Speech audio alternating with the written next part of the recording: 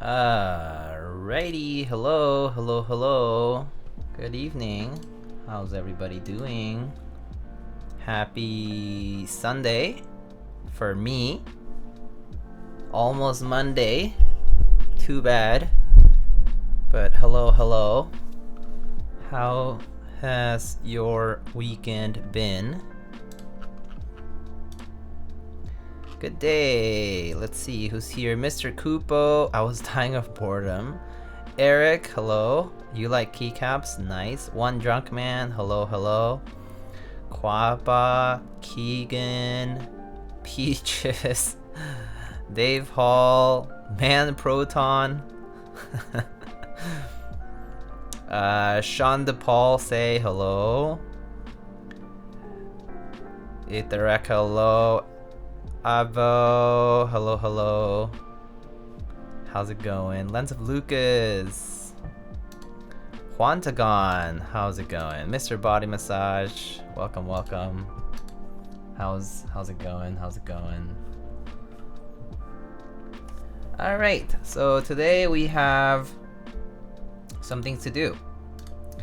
So today we are, first of all, actually, let me go back to the previous view just for a second. I got this cool new t-shirt.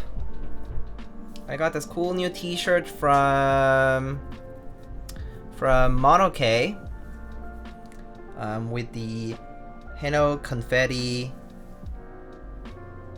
logo. But pretty cool. Just a little closer. Okay, buddy. And we are going to be unboxing a few other things. Nine Walker. One more month before the new sub batch. Dang. Thank you so much for the 23 months. Nacho, almost a year. Yeah. What the F? How's it going, buddy?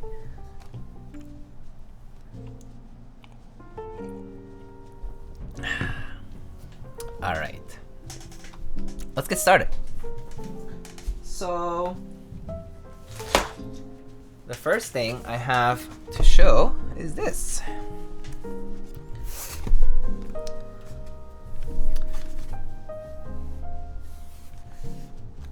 The blue confetti mat, the Deskmat from Monokei. This is the Heno confetti mat. Pretty cool. Haven't seen it, so let's check it out.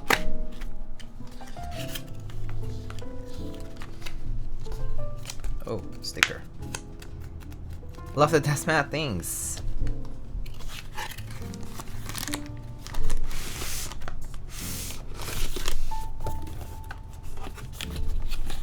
So this Deskmat is one of their smaller but new series of Deskmats, so quite convenient if you are using a smaller desk actually, because not everybody has a large deep desk. So this one is 900 by 400 and this one is going to be a bit shorter. So let's actually see how big in comparison.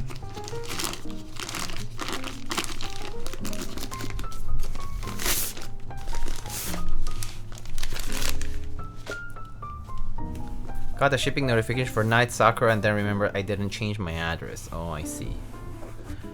4 centimeters shorter than a regular one. I see. So this is how long they are. So stitching has a little tag from Monokei here, and as far as the width, again, as Nacho just pointed out, about 4 centimeters off from the width, and then the length is maybe, the length should be about, I don't know, maybe 2/3 of the way. So pretty good size in my opinion.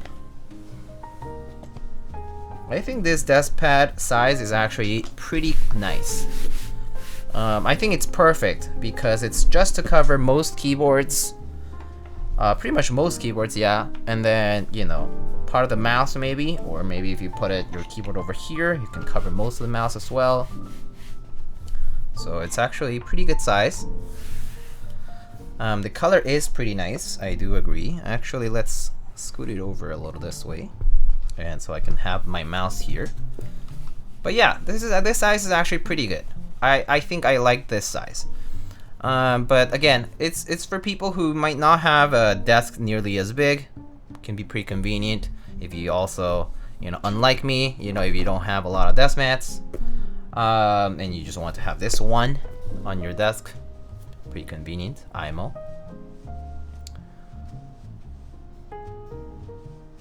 It's kind of weird size, way bigger than a keyboard, but too small to use on keyboard and mouse comfortably. Maybe you're right. Again, everybody has different use cases, so if it doesn't apply to you, simple, don't get it. Maybe they'll have different sizes in the near future. I don't know yet whether there are plans for that just right now. I haven't received any news about that. But if there is anything new, you can always purchase that. But still, you know, it's a new design and they wanted to try something different. So I think that's neat. GRN, thank you so much for the 6 months. Thank you, thank you. Anyway, so that's that. You can find the product page. Let me see. Let me find the product page. Here it is. Heno Confetti desk mats. So I'll just post that in the chat. Right now there's a pre-order until the 8th of April. It can be combined with the Series 1 keycaps. It costs 25 Singaporean dollars if you're purchasing from Monokei, and there are other regions. There's Mikibo, X Keyboard, My Keyboard EU, and Daily Clack, and it's supposed to deliver in June. So they actually will be delivering these in June. It is 64 centimeters by 36 centimeters and 4 millimeters in thickness. You know, pretty standard high quality fabric, rubber bottom, and the edges are nice and stitched and printed and all that. So pretty nice. And they offer 4 different colors. They offer black, blue, graphite, and pink. We have the blue one today.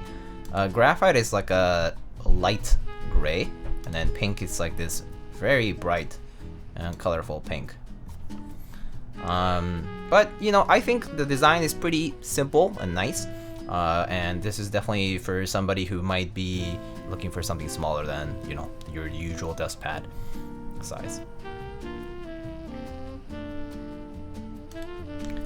Is the t-shirt being sold? I'm actually not sure yet. I think the t-shirt might still be a... Let's see, metal arsons, dust mats. Yeah, not yet. I think the t-shirts will be very soon. T-shirts, I assume these were sent out to reviewers for now. But I can tell you right now, it's cotton. It's very comfy.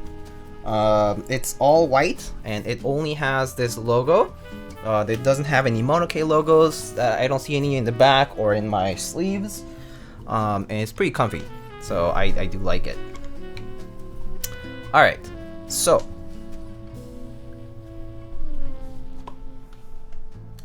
let's move on to the next one. Screen printed. It doesn't really feel like, I mean, yeah, it is printed. I assume maybe over a long period of time it could flake a little, but it doesn't feel like, you don't really feel it on your skin, you know, like when you have like you know, like those cheap printed t-shirts that like you can feel like the that like rubbery sort of feeling of the print on the back of the shirt. I don't feel that. So it's pretty nice. It's like nice and soft. Not embroidered. Not embroidered. It is screen printed, yeah. It is printed, not embroidered.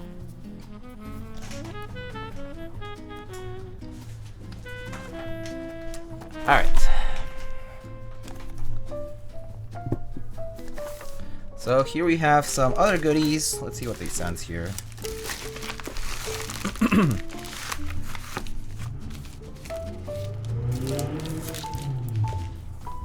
Oh, they sent some Keycaps, more stickers. We have a black one and another sticker. Oh, so this is the similar to this is the PVD one that we had used one time when we had the Hero. We saw this one before, a black PVD K logo cap.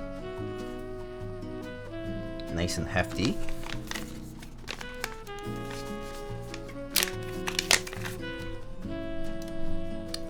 And then this one is, okay, yeah, another sticker. Oh, and this one is black on white. Wait, is it? Yes, this is black on white engraved on aluminum. Ooh. Come on. Black and white engraved on aluminum. Pretty nice looking. Go to the back side. It says Monokei over there. There's your stem. Very nice. We can look at the other one as well. At the same time.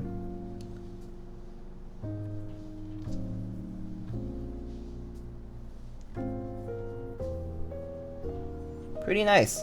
Pretty nice. Just a little bit of dust. But yeah.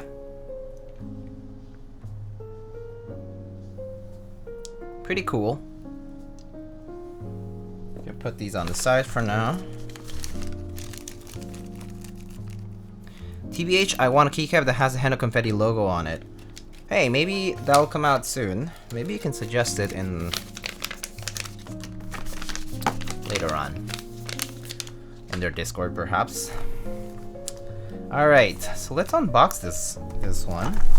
So this is what the white on black key set looks like. This is, you can see the size of the box here. Size of the box, about 60 centimeters. I mean, no, sorry, about 32 centimeters or something like that. Because this is like 36, like 34 centimeters, maybe. All right, and you know, and this is the width. All right. So this is what the box looks from the front and the back. Designed in Singapore and Malaysia. Comes in this nice plastic bag. Can you eat the box? That's a good question. I don't know. Okay, the adhesive is very sticky, so just gonna rip it off.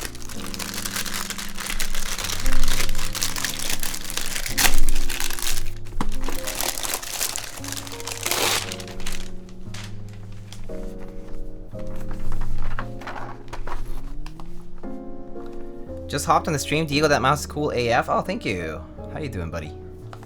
Alright, so let's unbox it. So this is an actual box. It's not a tray like GMK tray.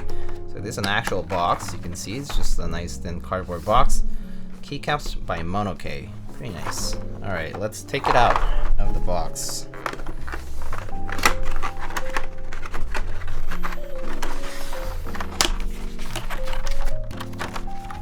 Got a little bit crushed in transit, but it's fine.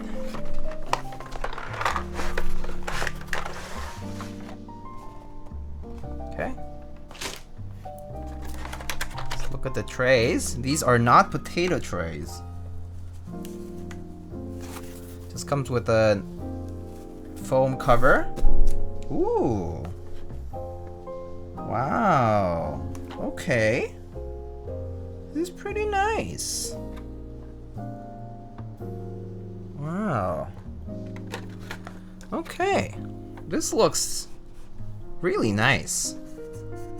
It definitely has a very matte texture to it. Definitely not smooth. It's not CRP smooth. It's not EPBT smooth. It has a grip. It It has a very grippy feeling to it. How does it smell? Ooh! Oh, the keycaps are like... Wait. So aside from the enter, do these keycaps... Will these keycaps just all fall off? But, like, this one is hard to actually get off. It, like, actually gets... It clicks into the tray. Pretty cool. Flip it over. I'm a little scared. But, I mean, okay, so that's only... So far, only that has fallen. Oh! Oh, shit! Oh, shit! Oh, shit! Look at that!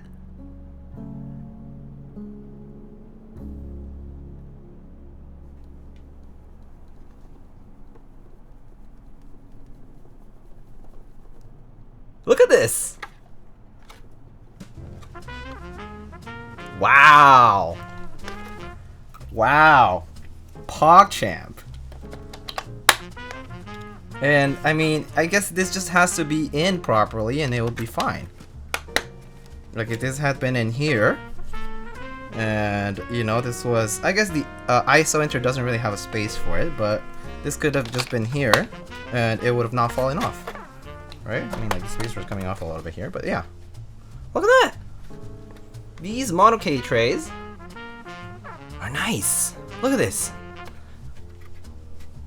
I'm like shaking it. And it's fine.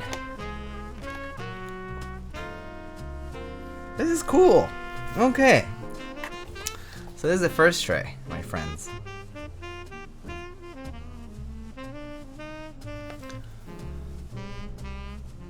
Let's look at the texture up close. So can you see that grippiness to it? Can you see this grippiness to it? This textured look? Let me see if I can get the mic up close and see if you can listen to the rubbing. Hold on. I'm trying to adjust this. Hold on. Frick. It's not tight enough. All right. Okay. All right.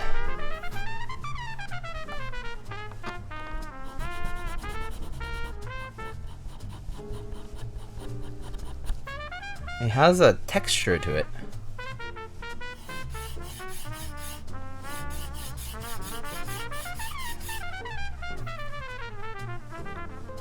But yeah, this looks really good. Looks very, very nice. Okay, and the mic is covering the light here, but you can see that there is a bit of texture to it. How's the texture compared to new GMK texture? Ah, good question. We can compare those in just a little bit.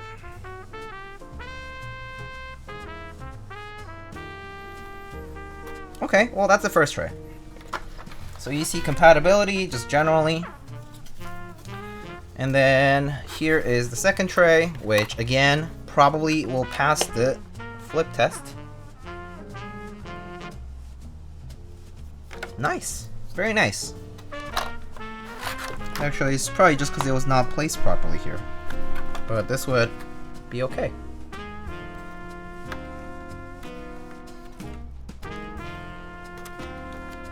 Alright, so let's take a look here. We have the icons for, you know, there's the nav cluster. We have the numpad. I think this is the numpad keys, numlock, numpad keys. And then we have the numbers. I think that's backspace, split backspace, backspace, ISO 0, numpad stuff, caps lock. We have Alice layout compatibility, so 2.25U and 2.75U. We have an extra shift over here, some extra alts and commands and whatnot, so extra commands or supers. And then we have 6.25U layout, of course.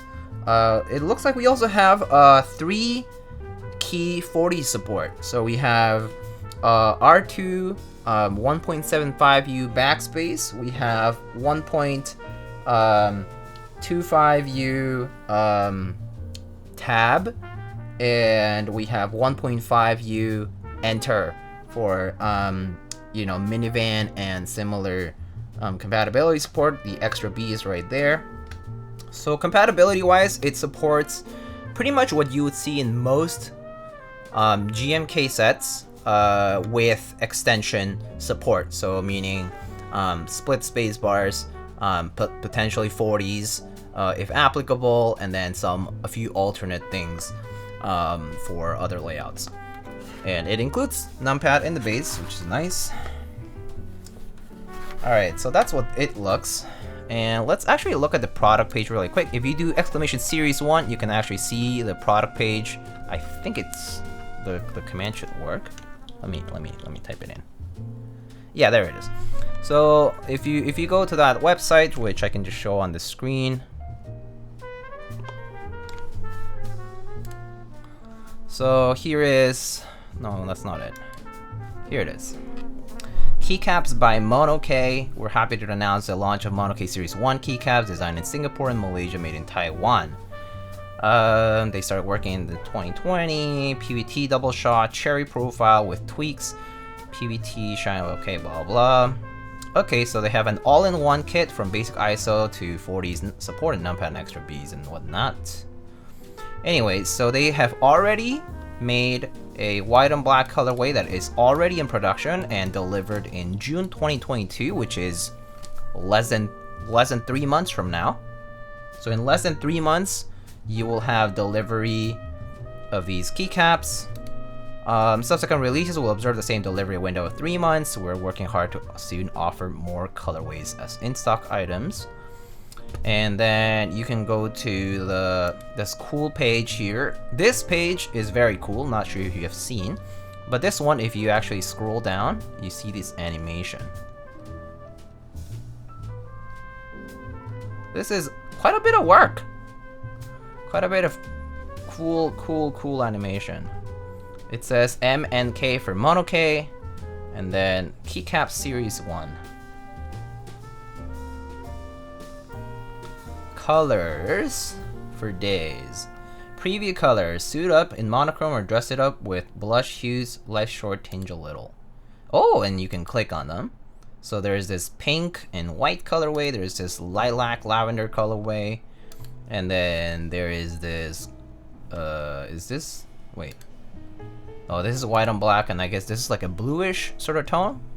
Looks like a bluish gray sort of colorway. Anyway, and then you can keep scrolling down, and they have this PVT double shot kind of animation, very cool. The profile is 112344, which is what a lot of GMK sets will be. Also, no row 5 profile. And then, well, and then there's going to be, and then there's collaborations available. Currently invite only, where you can register your interest here. And then pre-order has already started on Mikibo, Apex, mykeyboard.eu, and Daily Clack. Let's go to Mikibo's website, for example, and it is $88 on Mikibo's website, with fulfillment in June or July of 2022. And here's the kitting. Pretty cool. So again, it has all the basic support and more, so you can see that for yourself. All right, so yeah, $88 basically, on average for this key set, plus shipping and tax, you know.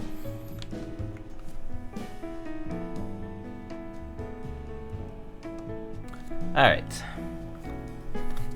so pretty nice. I like this. The trays are also stackable. Whoa, wait a second, what is going on here? You can actually collapse these trays with each other? Okay, yeah, these trays kind of collapse very nicely with each other. Very compact here. It gets as compact as this. Pretty nice and compact. These plastic trays. Pretty nice. I have to say, these trays are pretty cool. So the trays are nice. The keycaps seem nice. Alright, so we want to compare this. You want to compare this with white and black, you said? I can just bring out a few keycaps and just compare. Where's my white on black? I'll be right back.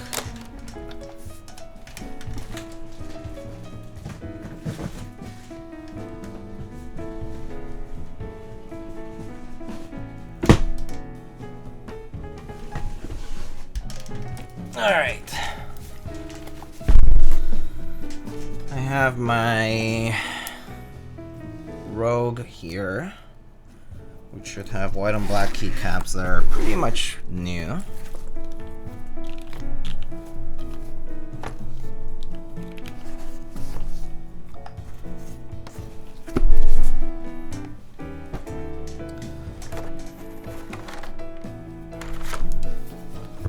Alright, so let's compare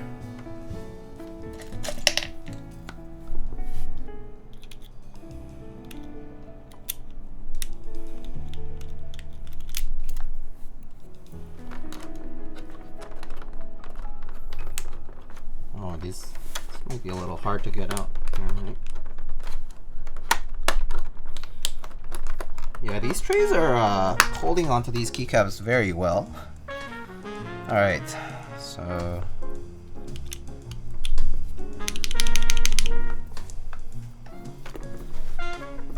maybe I'll just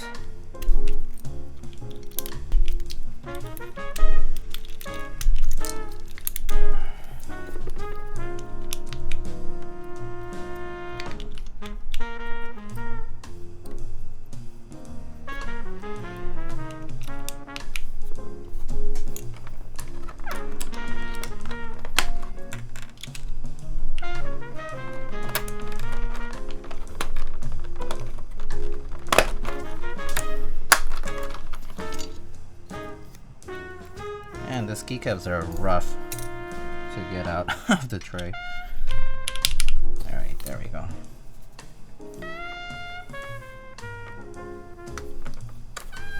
Okay, so that's what the font looks like as a difference.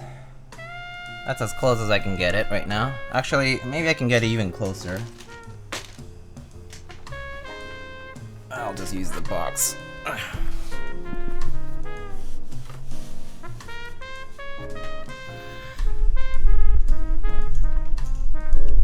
So you can see this over here is Monokei, this over here is GMK. Monokei, GMK, Monokei, GMK. How close is the black to GMK in person? It looks slightly on the lighter side. It is still pretty close. It is still black for sure, but I think it's because of its PBT.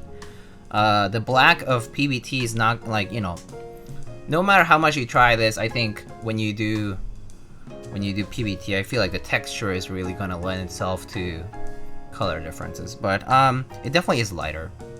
Yeah, it definitely is lighter. I mean, you can see the tone difference here. Maybe if I zoom out a little bit, you'll be able to see it a little bit more.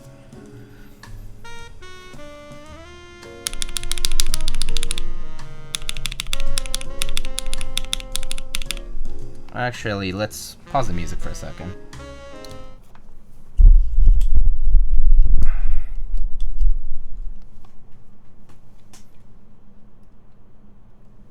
Do you have other PBT white on black? No, I don't have any other PBT white on black, because first of all, I don't purchase any PBT that's not a standard, like, you know, dice up like CRP or like Enjoy PBT, and then even Enjoy PBT, I don't have anything that's reverse dice up, so no, I don't. But yeah, looks pretty good nonetheless. I think the size of the keycaps is pretty much spot on. It might be okay. It is maybe a very, very small amount shorter than GMK's at the base. So at the base, the square is slightly shorter than ABS GMK here. You can definitely see the difference. It's very, very small, but you can definitely see it like right here. But it doesn't bother me. It's not to the point where it bothers me because there's a big gap or something like that. Maybe if I put the whole key set, it might, but I actually don't think so. Because first of all, I'm never looking at it head on, like face on, down. Like I'm never looking at it in a bird's eye view. And then second, it's just a very small difference. Anyway, so yeah. So this is PBT.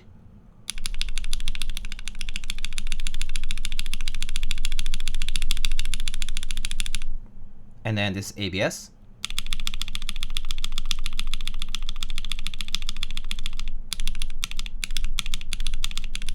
Again, not a great comparison anyway, because also different position on the board. See, still the same switches like MX Blacks, but a little bit brighter perhaps is what I would expect.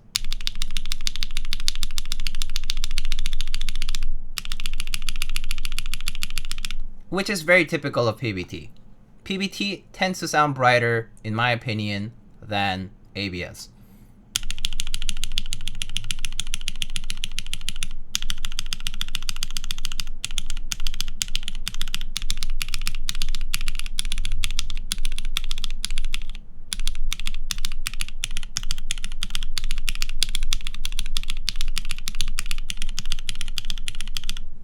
But I have to say, the consistency of the font looks really good. The legend is very crisp. And as far as texture goes, compared to new GMK, which is this is basically new GMK, okay? It is definitely grippier. You can definitely feel an amount of grippiness to the PBT plastic of the Monokei keycaps. So that's just something to note. Like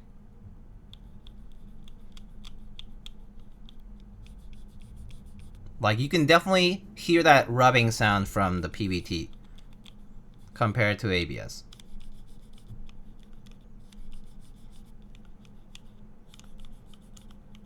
Which again is what you can definitely see on a visible level, right? So, and then let me see if I can make this a little closer. So that's as close as I can get here. Oh, shoot. Sorry about that. Ew. Anyway, that's as close as I can get here. And, you know, you can see the font is definitely a bit smaller compared to like GMK.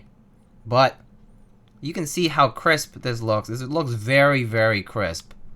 The double shot legends of these guys is very, very crisp. I think I have no qualms as far as the sharpness of the legends of these guys. In fact, I think GMK tends to have more errors due to the thickness of the letters, the font.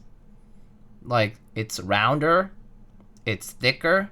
It tends to, like, I feel like I tend to see more imperfections with GMK than, you know, whenever anybody uses a slightly thinner font. And, like, these gaps are a little bigger. It's not that noticeable, but I feel like for GMK you can sometimes see some little feathering or, like, little like, wisps of problems. But, yeah. And B? Yeah, B. Yeah, this B kind of looks crooked, doesn't it? This B kind of looks crooked. But again, this B is also from that, this is actually cherry. This is not even GMK at this point, I think. Because this is from the Minicom keycaps. Are the corners of the keycaps as sharp as GMK? Corners? Oh, interesting. Oh, you mean the bottom corners or the top corners? So this is the top corner. You can see the curvature here. It's more well defined than in GMK. I would say it is because GMK or cherry profile like GMK has a bit more of a like scoop like this, like a scoop this way. than this PBT keycap over here. But at the bottom, we can check.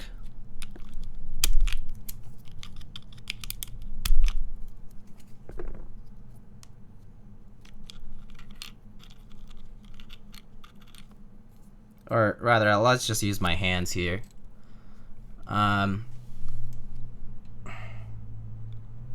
It is still quite sharp. I would say it's pretty much just about as sharp as far as the corner radius goes here. So, quite sharp, right? And the double shotting process looks very clean on these Monokei PBT keycaps. It looks very, very clean. Like look how clean these lines are here in the layered white. You know, after the black here, you can see the layer is extremely sharp, really nicely done. Whereas in the cherry case, you can see some.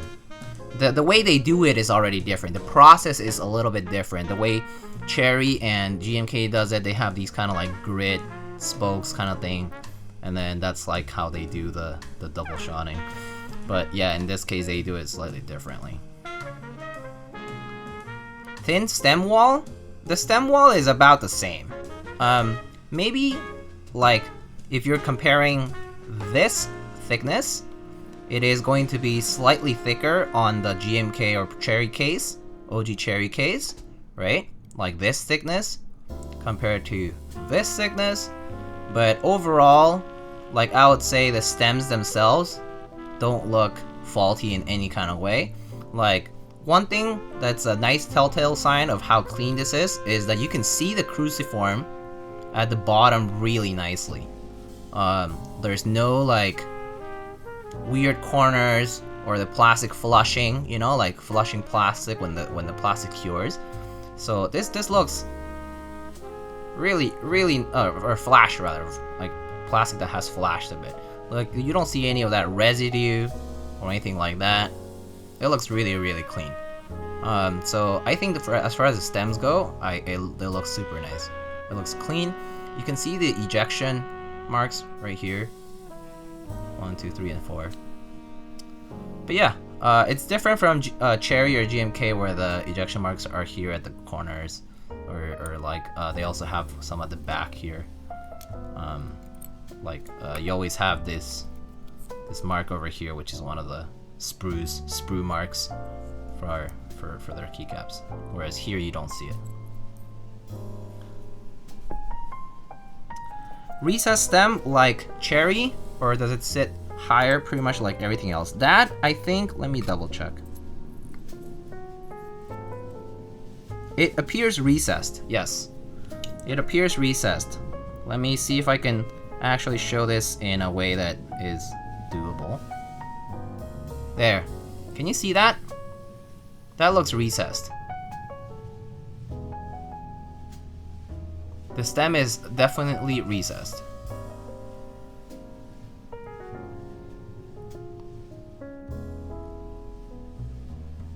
But yeah, this looks extremely clean for what it's worth. I've seen other keycaps too, and yeah, this is done really well. Yeah, I would say that what Drew is saying, like similar to Leopold or Mistel PBT, is probably right. Leopold also does this process really nicely, and it definitely is reminiscent of that. I don't have a Leopold board with me to show you, but I've definitely seen a few, and this is very nice. Is this made in Taiwan by chance? Yes, it is made in Taiwan.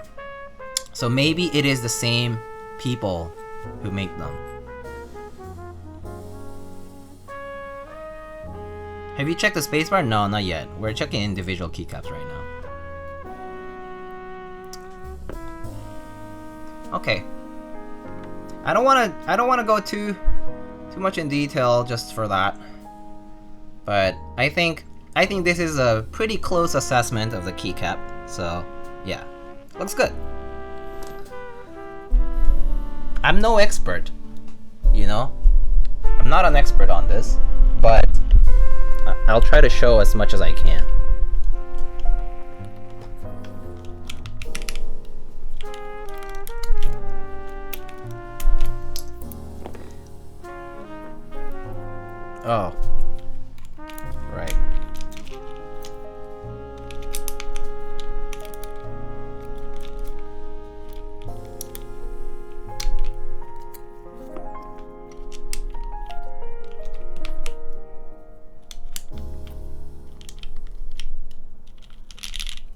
What caps are these? This is white on black, and then from Cherry, Minicom, and then a bunch of other stuff combined.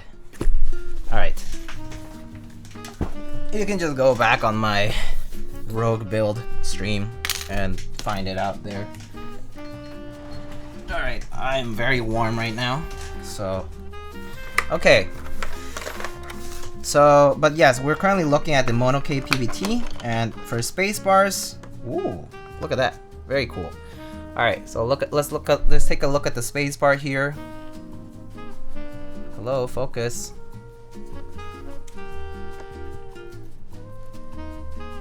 Look at that, Monokei R4 7.0 space bar. So yeah. This is what the spacebar looks like. This looks really similar to Leopold Mistel. I see. So maybe it is the same. No one, I mean, I don't know. But pretty cool. I mean, honestly, if it is, that's good. It's not a bad thing. It's a good thing.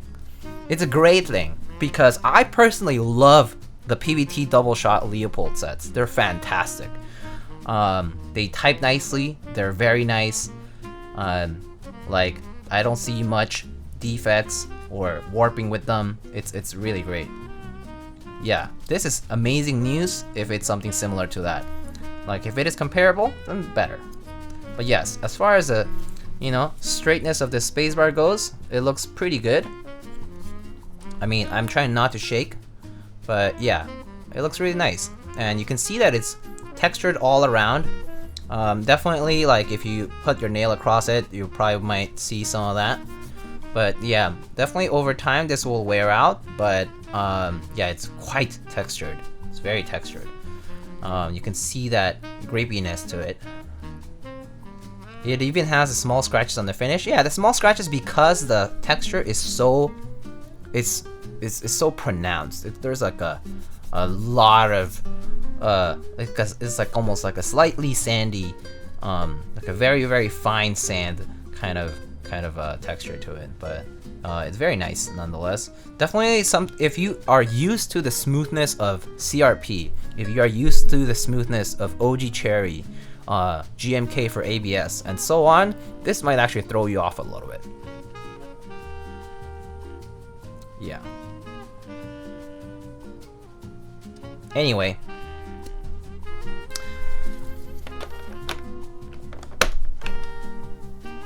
Let's move on with the build, and then we can talk about the key set stuff as we go.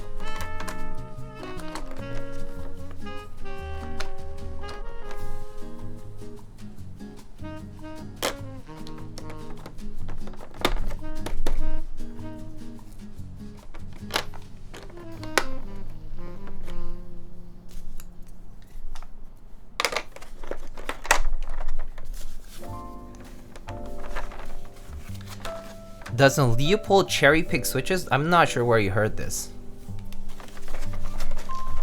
I have never heard of anything like that.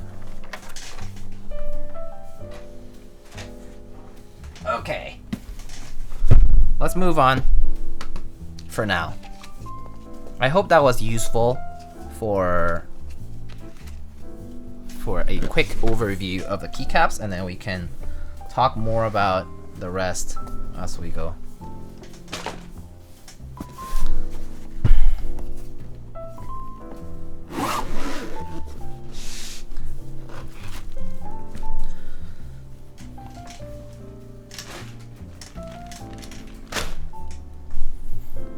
Okay, let's see. Oh, I assume these are the external weights. Cool. Screws.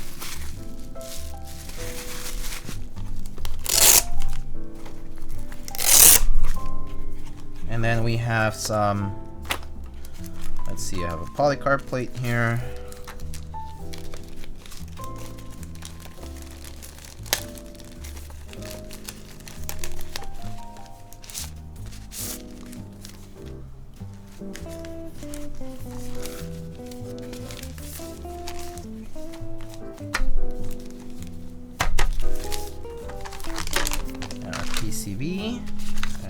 screws. And, ooh la la, this is, oh, okay. Must have come off in transit. Anyway, let's put this aside. Oh, wait, do we have different weights? Oh, we have several weights then, maybe? Well, here we have our Seion sheet. But this is our... This is our Titan Gray KFE CE. Whoa, man. These KFEs have come even further. They look nicer than my first edition KFE. The finish on it is amazing. Wow. Wow. That USB port looks clean. Dang. I have to say, these new KFEs are sick. And we have our Seion sheet here, which I can take off in a bit. Alright. I have screws, bump-ons. I think that's for the plate. And then, let's see, what are these? Do I just have extra weights? Ooh! Ooh!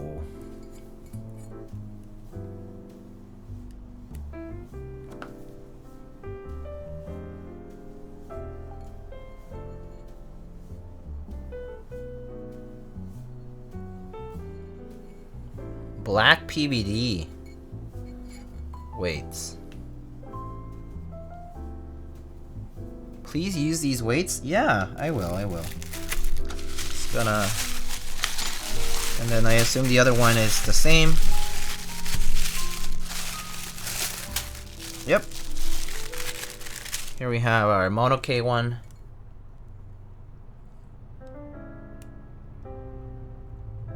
Very nice.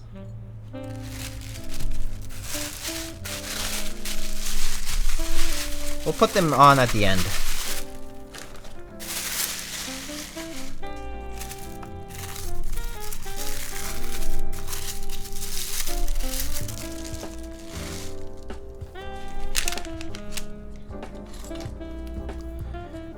Dio, can you compare the typing feel and sound to the Tomo later? How am I supposed to compare that when I don't have the Tomo? How am I supposed to do it with a board that I don't have?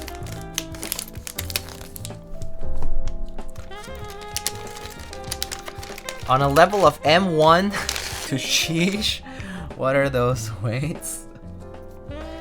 They're pretty good. They're pretty sick. You could say they are quite sheesh like.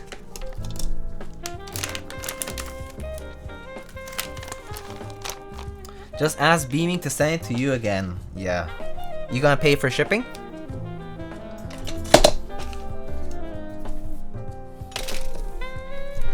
Alright. Can you compare the typing to 356.2? I haven't even seen one of those in real life. Alright, we have a Heinebush H88C PCB here today, which we can test out.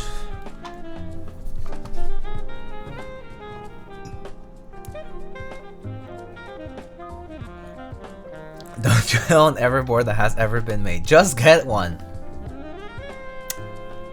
I got you, buddy. Here I come, offering a lot of moolah out there. Ready to get my OTD TKL. I'm so fabulous. I'm so ready. Wow. Okay, let's see. Okay, underglow, we don't need it, so turn it off. Turn it all off. Layouts, we are gonna do 7U because it's win keyless. And then let's go to the key map and change it to the way I like to use it, which is left one here, left control here, right alt here, and we can put our layer key up here. Actually, do I have a layout saved? It's fine. Actually, I don't mind. Alright, that's pretty much good enough. Test matrix. Can you compare to Space Cadet keyboard? You mean the symbolic, I mean the actual holy grail of vintage? Yeah, that's tough, buddy. I wish. I think was it Hata who had one? I actually don't remember who had one. There was someone who had one in the relatively known keyboard scene.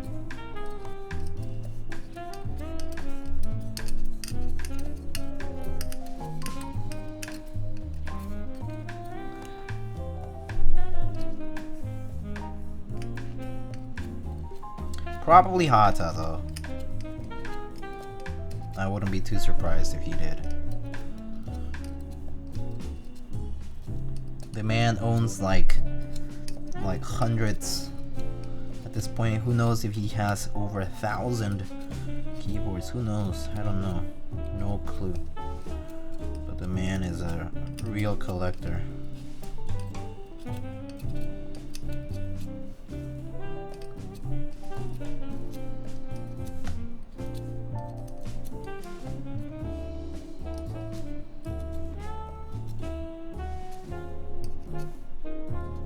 Alright, there it is.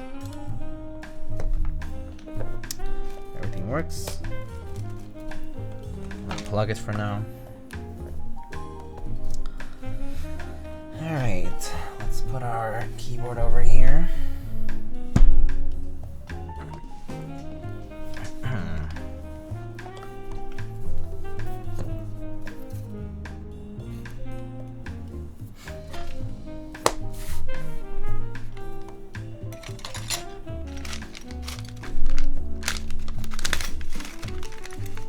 Those boomers sure didn't know how to make keyboards. They were quite the endeavor. I mean, back when they used to make those huge terminals,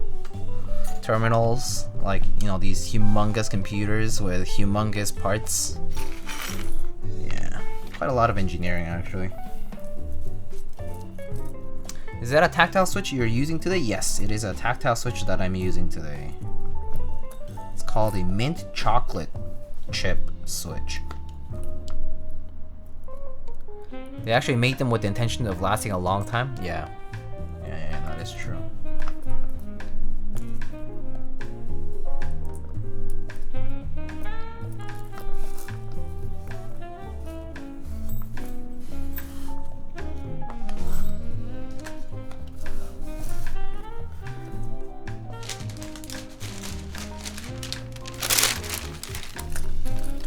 Let's just use this for...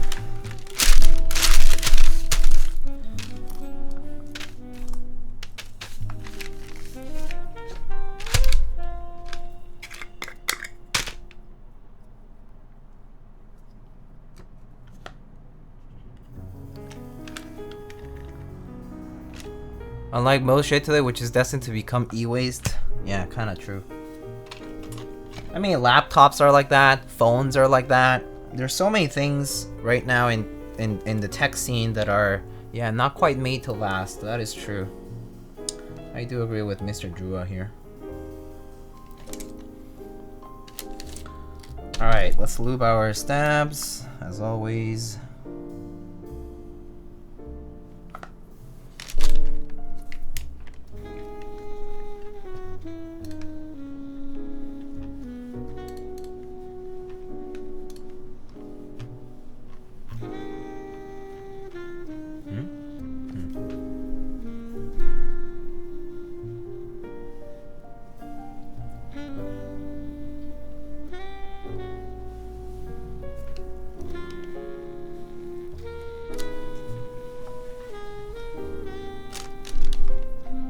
Can the KFE be gummy worm mounted as well? The answer is likely no.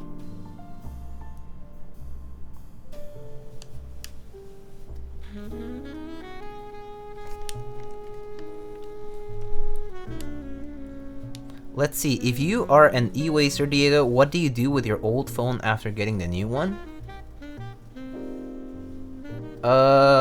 I have my old phone on my shelf actually, so I haven't tossed my old phone. But I do put them in the you know the battery and phone recycling bins, like at work. I put those in there if I'm actually gonna toss them out, or if they're actually dysfunctional. Or I asked around if somebody needs it for parts. Sometimes I do that. Depends on what the condition is.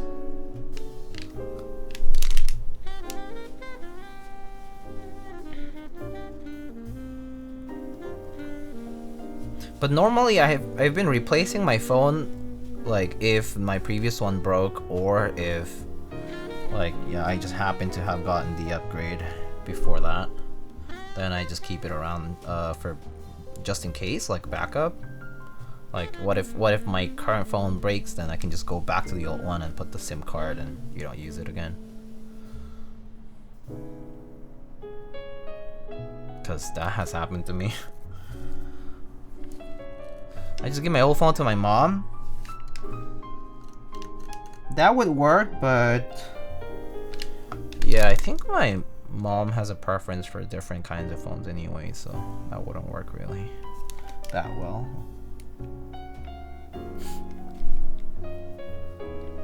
Kinda annoying how these companies push you to upgrade every year. I mean, hey, that's capitalism right there. Yeah, kinda annoying how these keyboard companies push you to get a new keyboard every year. Keck wait. Keck wait. New keyboard came out. They call it the same name, V2.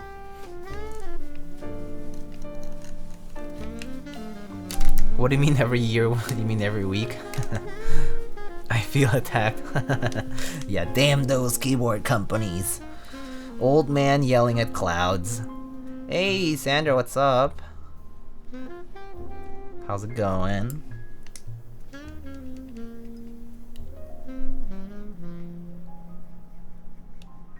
How's your weekend? Or how was it?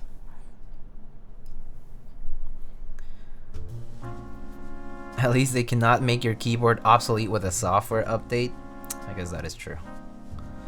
I suppose that is true. That is actually infuriating. That is easily one of the most infuriating things that Subtech like has as a nature of constant upgrade cycles. Hey, thank you so much for the 8 months. What does it take to win a Space Jam raffle? I imagine RNG, but I have no RNG luck, and I did not win the last Space Jam raffle either, so I get it.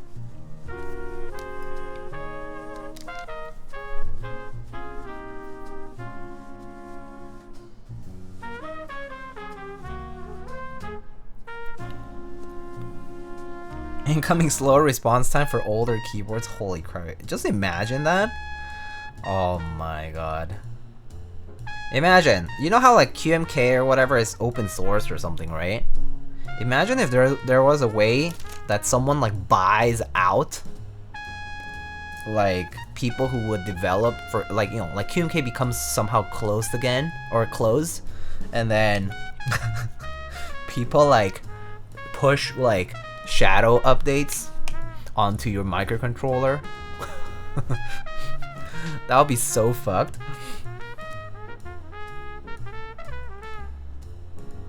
Haven't won a Space Jam yet or Rubber Hose? Tell me, I think I feel that way about a few makers. Ritual Master, Deathcaps, so there's some others. Oh, Shiro, I have also never won. Yeah, there's a bunch.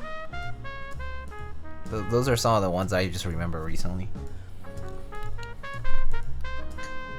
Where are the RNG at? I don't know. Then we'd be stuck with Veal or Hell, even TMK for open source shit. Veal or Hell? Would you choose Hell or Veal? I mean, I saw that the Matrix Lab boards, a lot of them are being pushed to Vial, which is kind of interesting. I actually didn't know that until recently. I built a Matrix ME off stream at one point, and yeah, apparently it has Vial support, and I was like, oh, I didn't even know that Matrix Lab was doing that now. I did know that they had QMK support now, but I didn't know about the VL thing.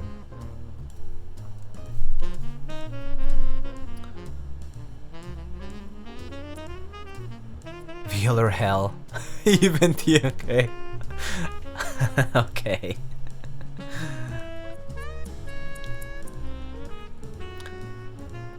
Too many times I enter a raffle for fun thinking I won't win, then get fucked when I do. That is why you never should enter if you're not willing to pay it. Don't enter for fun if you're not gonna pay it in case you do win. That is a mistake. Entries are not free in that sense.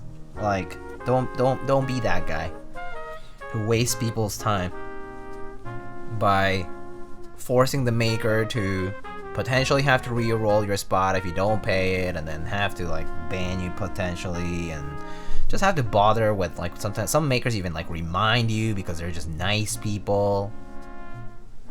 Don't be that guy. Don't be that person.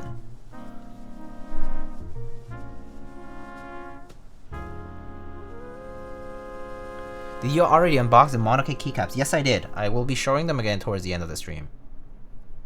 But I did unbox them. We did a bit of a comparison between that and GMK for a second, just to kind of show like some of the key differences there.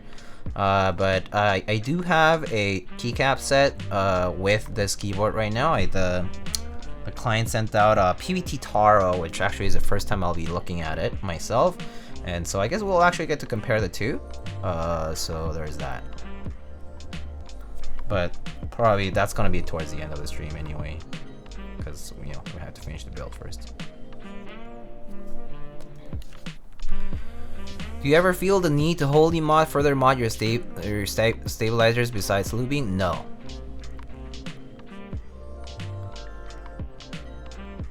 I think 3.0 is via QMK compat. Cool.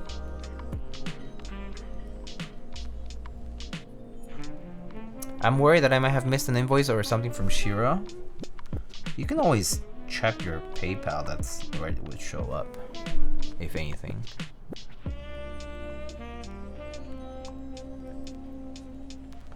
I have to say, for all the keyword streamers and designer logos, yours is very well designed and so recognizable to me. Jackno, I appreciate that.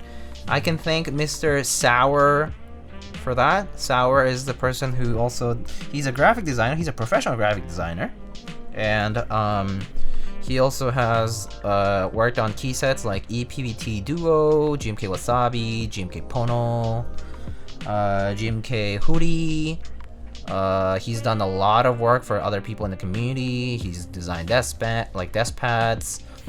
He's designed like t-shirts, like apparel, like other people's logos. He's done a lot of work in the background in the community.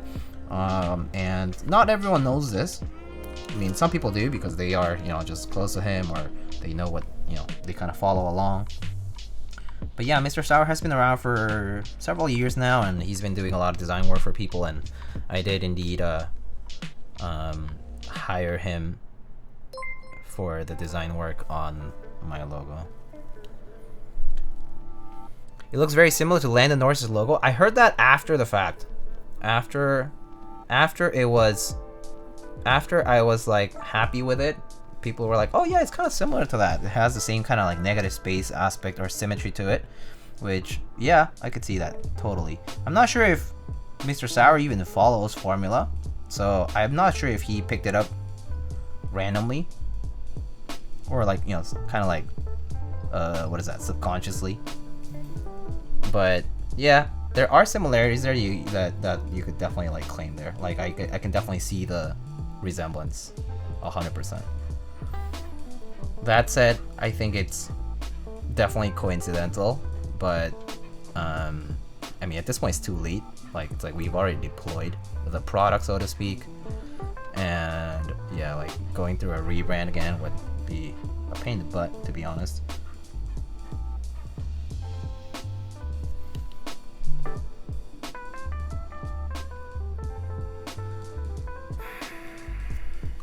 Oh, Patty! Thank you so much for the 11 months. Yeet! How you doing? Your logo reminds me of the yellow plastic inserts in 45 seconds. Is that intentional? No, not intentional. It's okay because yours has a lightning bolt, but Lando has a number 4. So actually, the logo it's interesting. There are several aspects of it that are in the logo that Sour designed for me.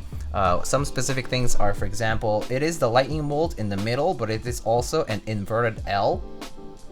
Here, there's L for lightning, and it's inverted. There's that, and then yeah, there's the lightning bolt. That's part of the the positive space there. 45. Oh, 45. Oh yeah, 45s. I see. But yeah, and then there are a few other things, little things that we were considering at the time when we were designing the logo. We went through like 3 revisions, I think, for the logo, and yeah, it was fun. It was a fun process. Sour was really nice in lending his expertise and designing for other brands, like professionally, and yeah, it was super insightful. Super insightful. I just woke up from a food coma. What do you eat? Double deck burger. Yum. I haven't had a good burger in a little while now. Yeah, I do wish I... No, well, actually no. I had a bomb dinner yesterday. Guys, if you... Well, for those of you who know me personally, like you'll probably know that I went to eat. Like on my personal insights there, but anyway, but yeah, I went to eat Filipino food yesterday, and oh my god, like yeah, it was far from my place. Like from my place, I had to go like an hour, and instead of an hour, it normally would have taken like less than an hour, but it took us like an hour and a half almost to get there because the 7 train stopped running in the middle of the day. It is a weekend, so everything runs slower. And yeah, so I went to this Filipino place called Kabayan Authentic in Queens. It's on Queens Boulevard, and it's like 37 bucks per person plus tip and tax. I went with a party of 15 people, including myself, and we had, you know, it was like Kabayan, like, you know, authentic, like Filipino food. Basically, it's a set menu, and they serve like, you know, like 8 or 9 different entrees and rice, and it's all in the middle of the table. And like, you know, there was like I think there was like beef with like coconut milk and curry. There was like bone marrow soup. There was like teriyaki chicken, sort of, kind of, and then there was like sisig, and then there was like adobo, and then there was like there are so many good things. There's like this like cool mango and tomato salad. It was a very big meal. It was so good. It was so filling that we even had leftovers to almost all 15 of us were able to bring a box back home after that, and it was amazing.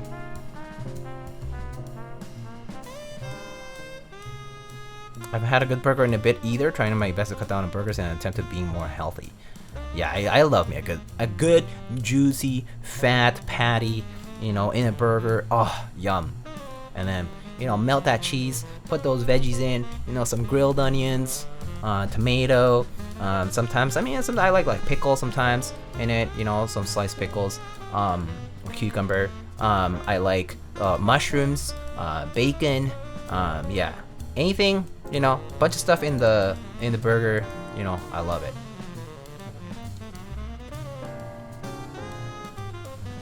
Alright, I'm hungry again. Yeah. Have you ever had fried plantains as a topping in a burger? Not as a topping, but I had it on the side, yes. and it is very good. I mean, fried plantains just in general, I do like.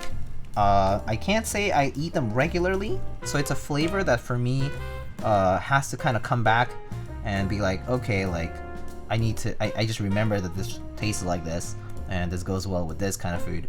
And yeah, like I enjoy it like that, but it's not like a food I crave often or that I'm super familiar with taste, because it's not something that I just eat on a regular basis. But whenever I do eat it, I do enjoy it quite a lot. What's your top 3 fast food places? Popeyes is definitely one. It has to be. If I were in California or some of the southern states, In-N-Out would definitely be up there because it is cheap and yummy. However, you know, for burgers, I feel like for the big fast food chains, like Mickey D's doesn't really fail me for me, but like, you know, I like their fries, but you know, it's not something I crave often. I actually prefer their breakfasts than their regular menu. Which is kind of interesting, but it's like when you have like drunchies, sometimes like 20-piece kind of slaps, with some sweet and sour and barbecue on the side, and some large fries and a big Diet Coke or something. You know, super unhealthy, but sometimes it just slaps when you're, you know, maybe drunk, maybe not drunk, or it's just a late night and you just need that boost. Shake Shack, okay, Shake Shack is amazing, okay? But it's so fucking expensive. Shake Shack is so fucking dirty expensive. It's so fucking pricey. It's so fucking expensive. I hate that shit. I love a good fast food place, but if it's that pricey, it's, I don't know. I would rather go somewhere else. It's so expensive. Shake Shack's delicious though. It is fast food still. But, oh, god damn is it pricey. God damn is it pricey.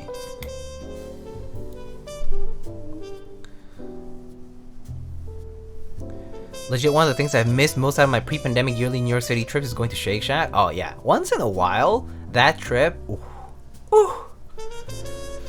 God, I want sisig instead of this chicken sandwich. Oh, sisig is so good, dude. Oh my god, I just can't.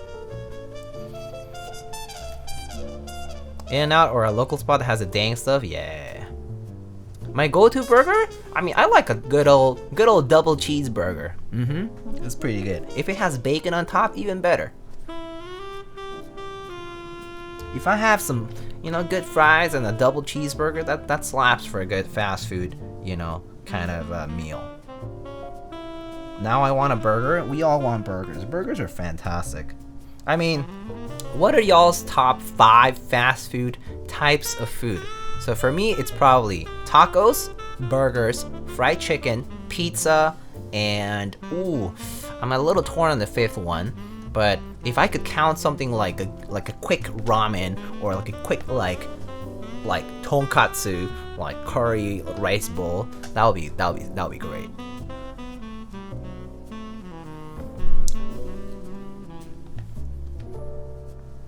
Pho? Oh, pho is good too. Yes.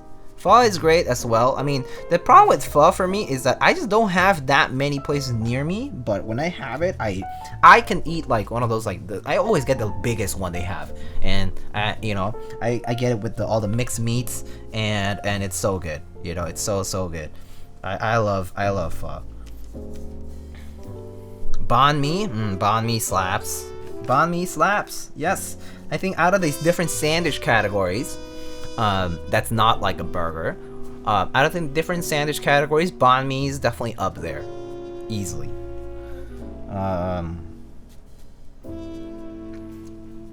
Is pho even fast food? I don't know. That's the thing. I don't know. Is pho fast food? I mean, it is quote unquote fast food in the sense that it is served quickly because they have it ready. You know what I mean? They have it ready. So it's fast in that sense.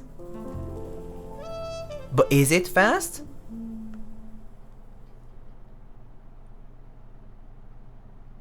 Is it? Can't grab and go. This is true. You can't just grab and go. Very true. Very true. Dude, this wireless drill stopped charging and I opened it up to see what's up, and turns out the USB port fell out. Oh, rip.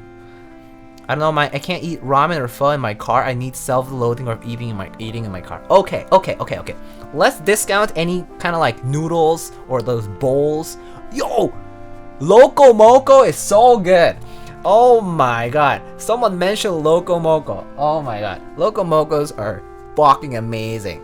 That, a bed of rice, put that fucking sauce with the patty and the egg sunny side. Oh my god. Mmm. Loco Moco, so fucking good. Bruh.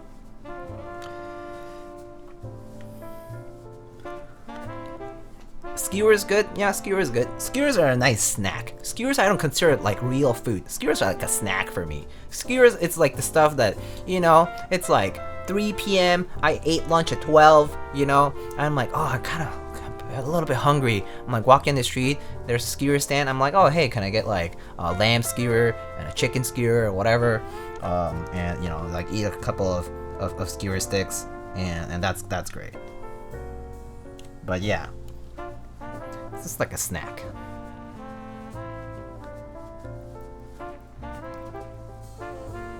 So yeah, okay, so noodle bowls, let's say they don't count. If that's the case, I do like me, yeah, like a banh mi or like a good chicken cutlet sandwich. Put like a chicken cutlet sandwich, wrap some bacon, put some sriracha on it.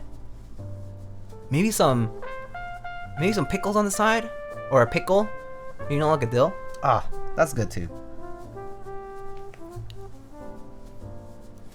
Don't serve Diego skewers as a main course. Yeah, actually don't. It has to be like an appetizer. Main course skewers, please. You can do better than that.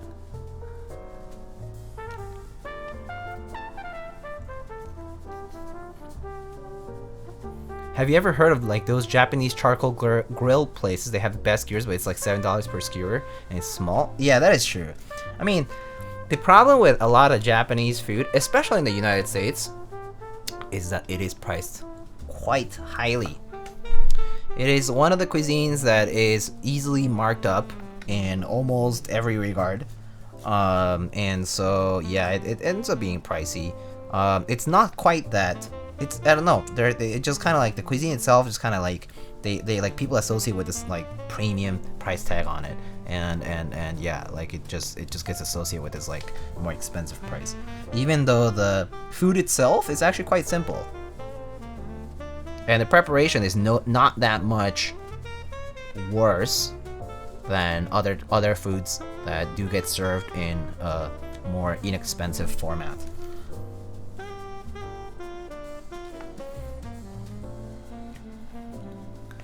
If Japanese food in the States is pricey, just fly to Japan for it. 5 head. Easy clap. Just go to Tokyo. Just go to Japan. Just travel in Japan. Because Japan travel is so cheap. Traveling in Japan is cheap. So cheap. I could probably travel in Europe for cheaper than traveling in Japan, actually.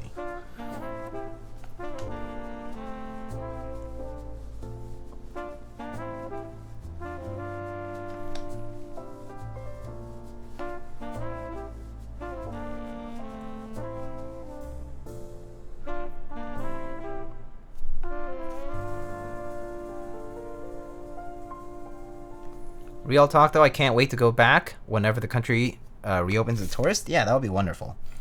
I mean, I have never visited Japan, but it definitely is. It is in my bucket list. It is one of the countries that I most want to visit, particularly just because I've always been interested in visiting.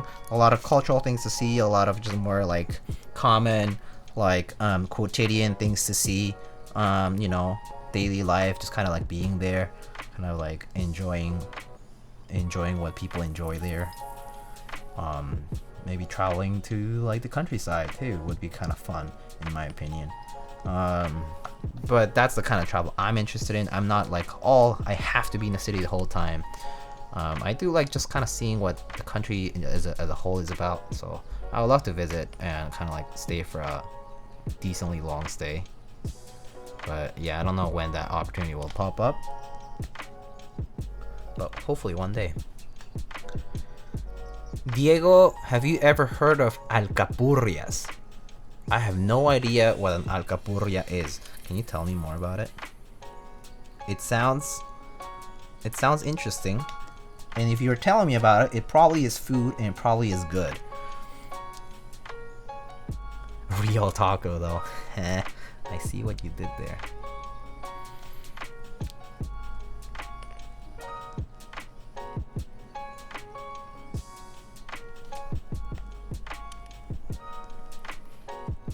Just fly in the back of your dragon maid.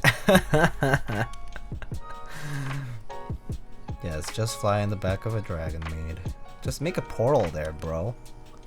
Just cause a rift in the space-time dimension and just wormhole yourself to Japan. Easy peasy.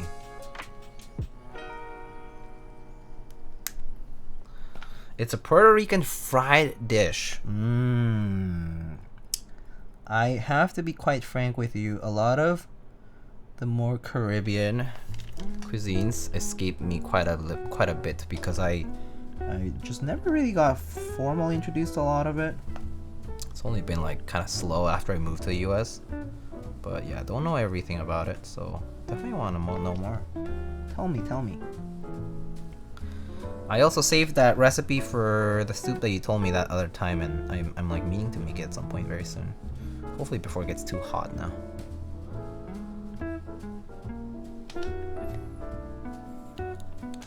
Pick me up along the way. Let's go.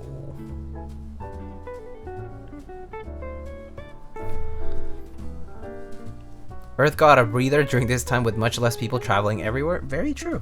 Very true, and I actually am kind of glad about it. It still hasn't stopped the progression of climate change, just saying. And we're still kind of certainly in that timeline of, yeah, we're kind of past the point of no return. Hopefully, hopefully we're not doomed too soon, but I mean, we're well in the trajectory of seeing sea levels rising and all that kind of crap, right? But that said, the pandemic definitely stopped a lot of a good bit of that, but it's also had its own other repercussions, like a lot of waste generated from the making of masks, for example, is a thing that people don't think too much about, but that it's real. And I mean, obviously there's waste generated like with any kind of manufacturing process, but like that was one, for example, one very, very niche and specific consequence of the pandemic. They're like a fritter made of green bananas and yautja. Yeah, I know yautja. And stuff with meat. Ooh, wait, so it's like, fruit balanced with a root and some meat. That sounds good. That sounds like it has some texture to it. Since it's fried, that sounds yummy. That sounds yummy. That sounds like it might have a strongish flavor.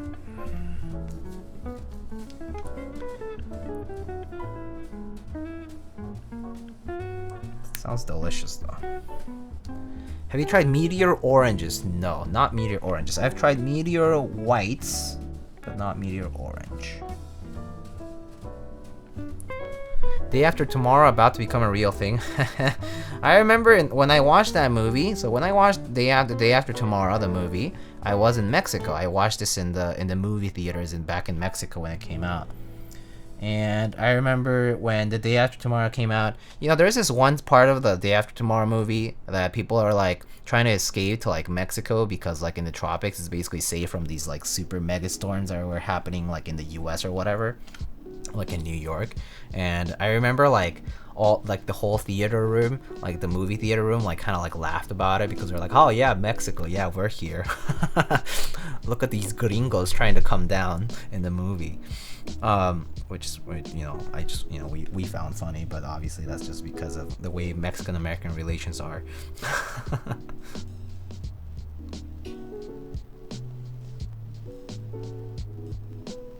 So it's just a random thing that I remember from the movie when I first watched it, like the first time I watched that movie.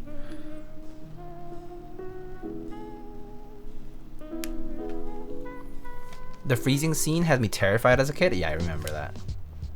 Is gringos actually a slur for American people? I mean, it's meant to be like... It's meant to be like a... I mean, it kind of is like a slur, yeah. I wouldn't say it's particularly offensive. As far as like, it doesn't have like a very strong negative connotation to it. Because so many people use it as such a casual term. It is like a slur, but it's also not as charged. Negatively charged word. I really like the look of the Monokei keycaps, just wish they had an R3 control in the set. Oh, they don't? I'll double check that. I thought they did actually. But let me double check the kitting in a bit.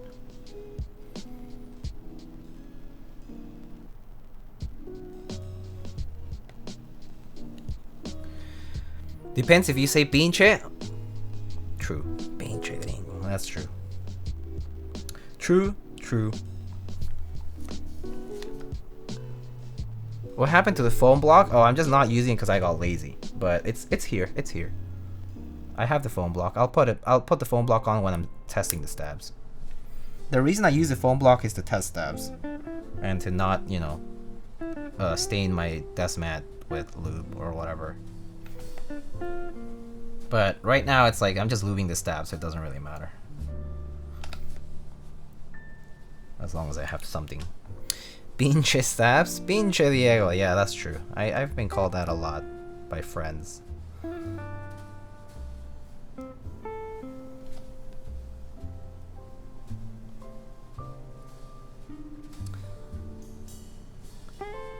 You guys know what a pinche actually means? A pinche is like a chef's assistant. Like an assistant cook is a pinche. That's like the actual definition of the word. But obviously it's meant to be more like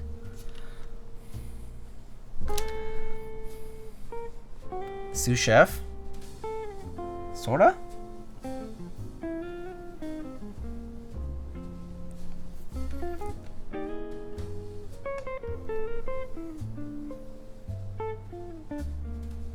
One of my favorite Spanish insults is pendejo. Oh, I love pendejo. Oh my god, I say that word quite a lot. Well, to myself now, I don't say it out loud. But I mean, I'm like, oh, it's a pinche pendejo. But I mean, yeah, we're like, oh, I'm such a pendejo. It literally means like, you know, like you're an idiot. It's such a pendebaca. Yeah. Like literally means like dumbass or idiot. It's true that a lot of the Spanish insults, like a lot of the Spanish bad words, curses, are very raw feeling. They have a very like strong, like people say it with such emphasis. It's pretty funny. But it's also used so like, you know, there's like people like especially like, you know, Mexican people, like people curse a lot, okay? And it's like almost, sometimes it's like even used almost like, it almost sounds endearing at times. It's like, ah, it's a pinche pendejo.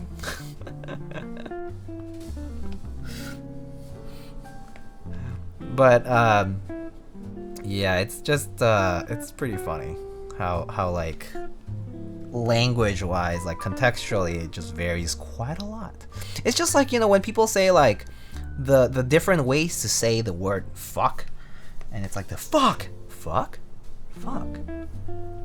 you know, and there's like different you know, there's just different ways of putting a bad word, quote unquote, in different contexts.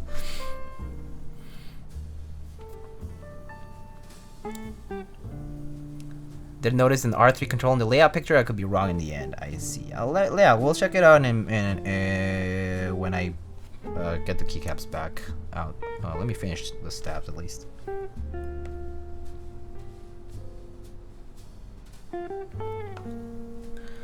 Diego probably calls me pendejo under his breath. Yeah, it's pinche pendejo, Nacho.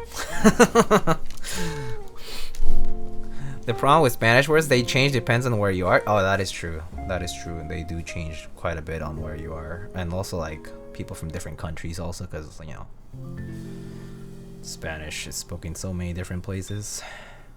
And there's some words that aren't even shared at all. Some words that are, some words that aren't. And yeah, there's like regional differences too. So it's a difficult language to learn at points, because once you get into the more nuanced stuff, you need to know like more about the culture and like regions and places and people, more so than language and grammar and spelling and semantics and syntax itself. Oh shit, many meanings, yeah. Oh shit! Oh shit! Oh shit! Oh shit! Yeah, there's quite a lot of that. Have you seen the meme where a group of friends go in a circle and call each other a pendejo? Maybe? Like, I feel like I've seen memes about it, but I don't know if that's the same one. Maybe. In Kanto we use curse words for emphasis so bad and it's good. Yeah. I mean, that's why the first thing you learn out of learning languages a lot of the time is the curse words. You learn those first. People use them first, they teach you them first. They're like you should say that first, or like they're like, or the opposite way, they're like, oh, you should avoid saying this. It's pretty funny though.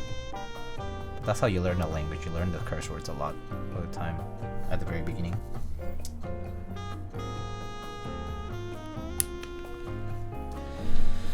Alrighty, so let's oops, one sec.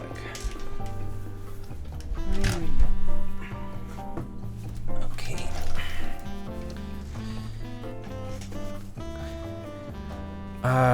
For example, in Puerto Rico, coger means to grab something. Also in like Spain Spanish, coger is to pick up something, is to grasp something. But in Mexico and some other places, coger means another thing. Well, specifically it means to do the act, to fuck, basically. So yes. Doing the shagging. That's right. To fornicate, yes. To fornicate.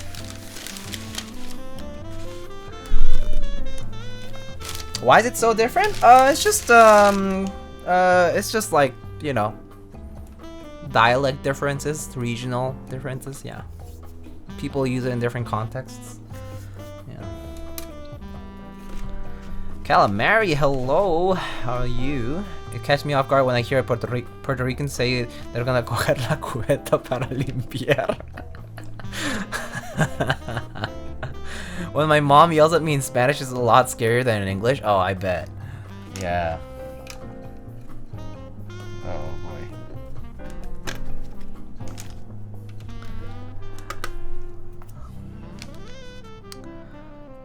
It just be that way. It do be.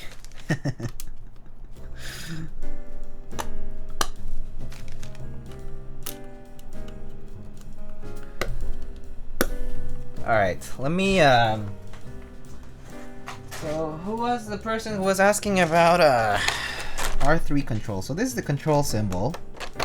So we're just looking for our 1.75 view control, right?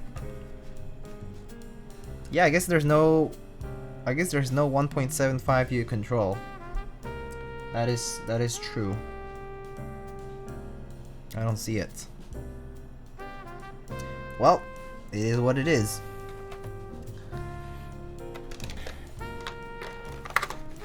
What's scarier for you, being yelled at in Korean or Spanish? Probably in Korean. I feel like Koreans yelling at each other and specifically using curse words tends to be pretty aggressive. Yeah. It's very intentional. It's very intentional sometimes. Not all the times, but sometimes. But a lot of the times actually. So I feel like I would take it a little bit more personally than not. Unless I knew it was just a friend kind of saying it for fun. German is scary too. Not sure. I don't know much about German, so.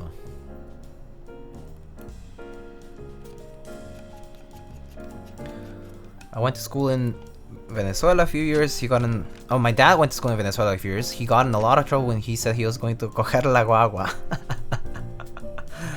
Spanish is just a very passionate language. Yeah, no, all these things are true. All these things are quite true.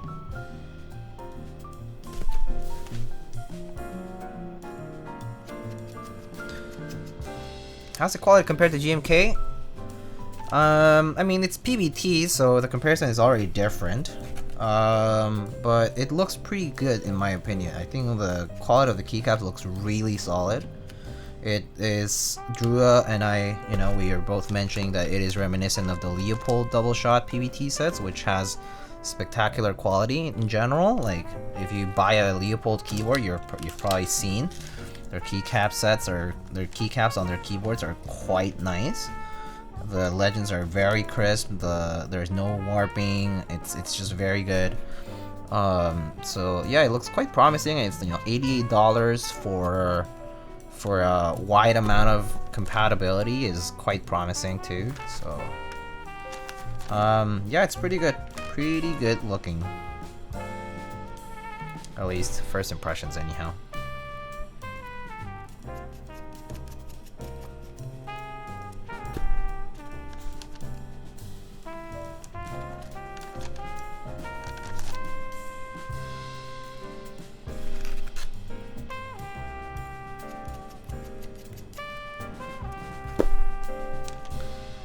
I used to watch Venezuelan telenovela on TV. They sound like they're always fighting. Part of not understanding a language also, right? But I mean, I feel like that's how I feel when I see like a lot of like Kanto things too. Especially like even when I just go to my friend's place who is Kanto and I just see their family talking, they look like they sound like they're yelling all the time. I'm like, no, they're just probably saying something very nice to each other and it's fine.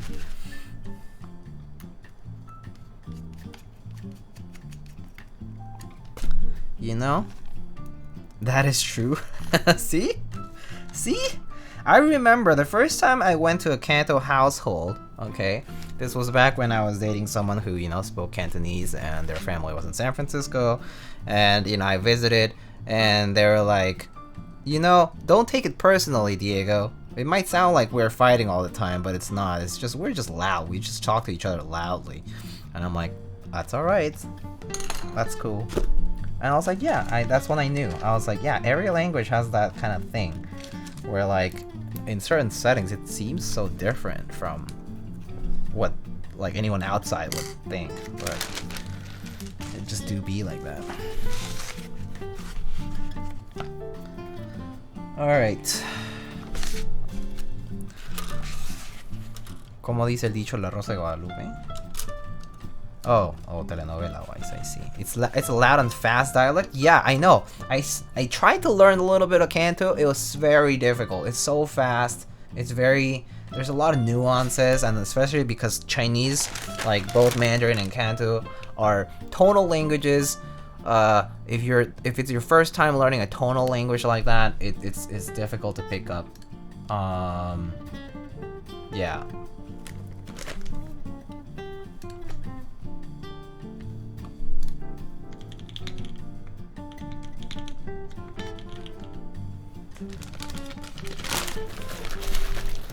I used to watch so many telenovelas with my grandma growing up. I remember being obsessed with Rebelde as a teen. I feel like a lot of teenagers were quite obsessed with Rebelde.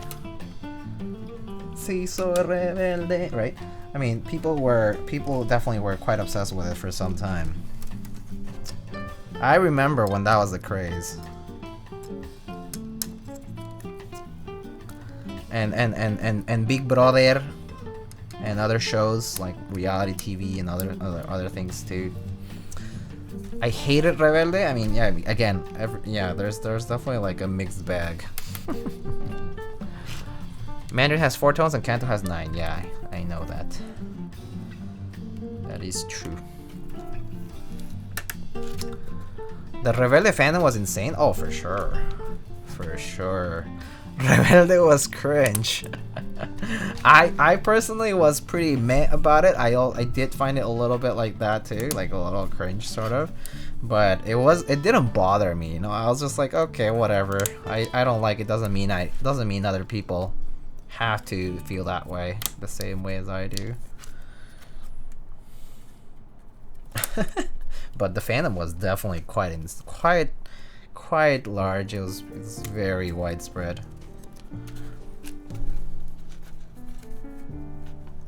My teenager self ate that shit up. Facts.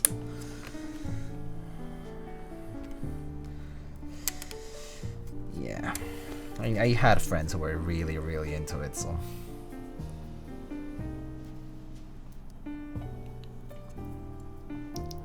Imagine letting other people enjoy things. Yeah, I know, right? I'm a terrible keyboard person. Being a keyboard person is all about shitting on other people's preferences. Gosh.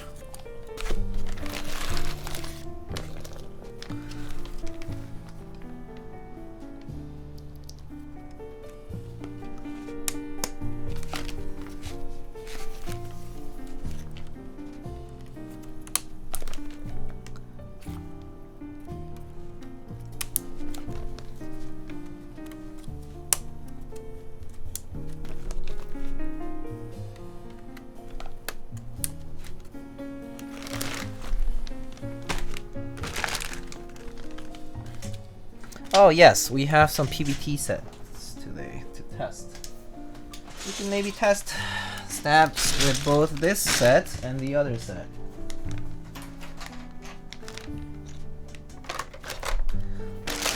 Let's try this one first. So we have some PBT Taro here with the client scent. This is PBT Taro.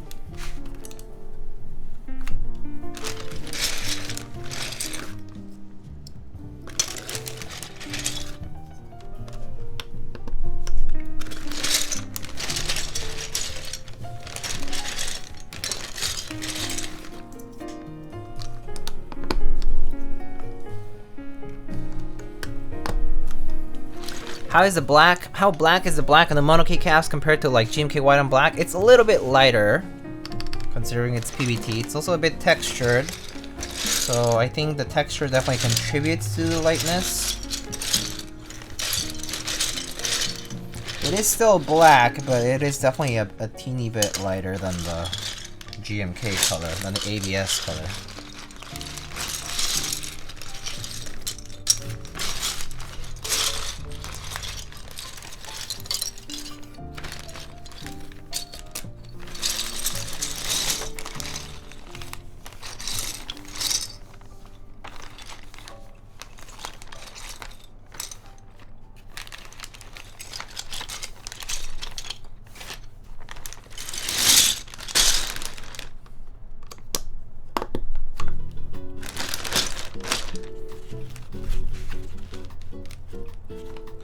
Alright friends, time for me to turn in for the night. Sounds good.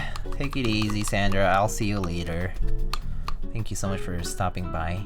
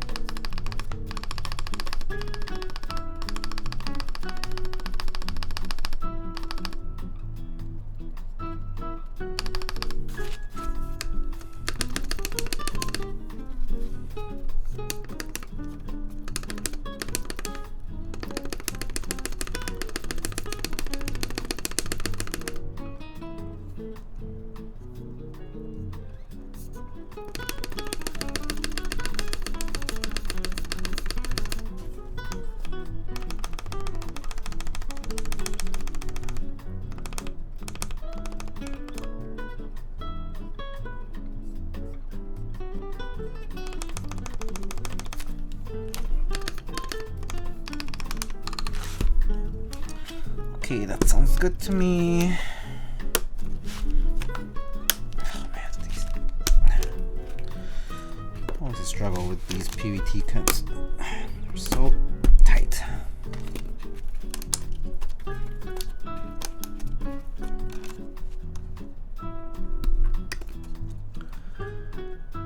Is that ticking our leaf ping? Probably leaf ping, because that's like most tactile switches on MX have that.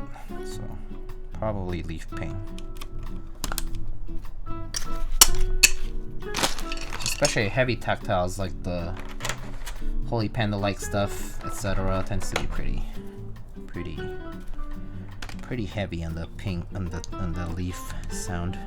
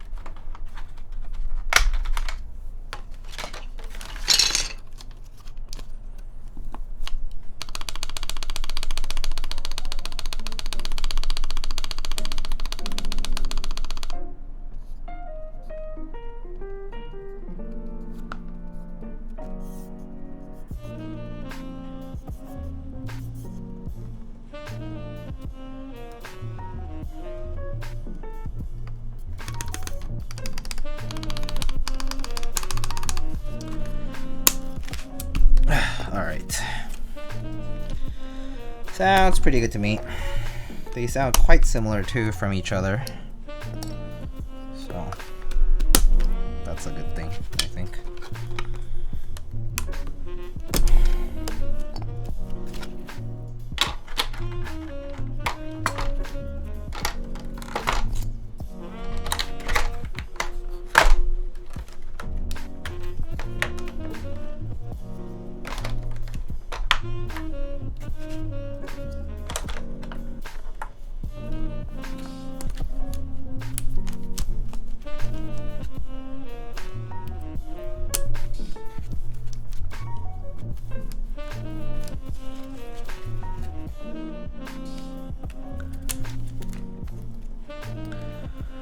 The switch or the ice cream flavor? I love the ice cream flavor. I love mint chocolate chip personally. Do you guys like mint flavored ice cream? I know people who hate it, who like legitimately just hate it.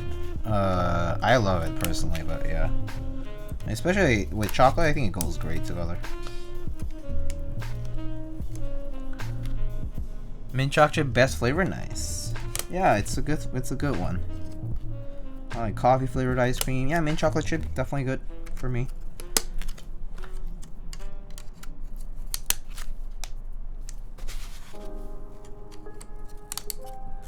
Top 3 IMO?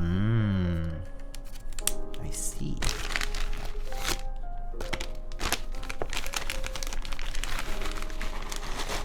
I love mint and chocolate chips, but you sound like you don't like the ice cream flavor. I think that's what you're trying to say. You like mint and chocolate chips, but you don't like the ice cream flavor. Favorite is still Haagen-Dazs coffee, right? Isn't Haagen-Dazs coffee flavored ice cream so good? It's like amazing, amazing. It's definitely my favorite, off the shelf. I cannot eat ice cream. Oh, is it because are you lactose intolerant, Peaches? Is this why?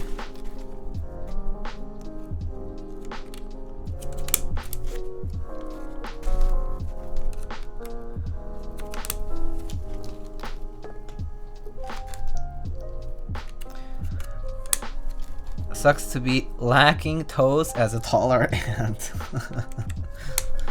Yeah, being lactose intolerant is a pretty common thing, especially among Asian people. It also definitely gets worse with age, as in basically the intolerance to lactose becomes like a quicker progression as you get older, because you basically start losing the expression, like the activity of, I mean, basically the gene expression of for lactase to to digest lactose.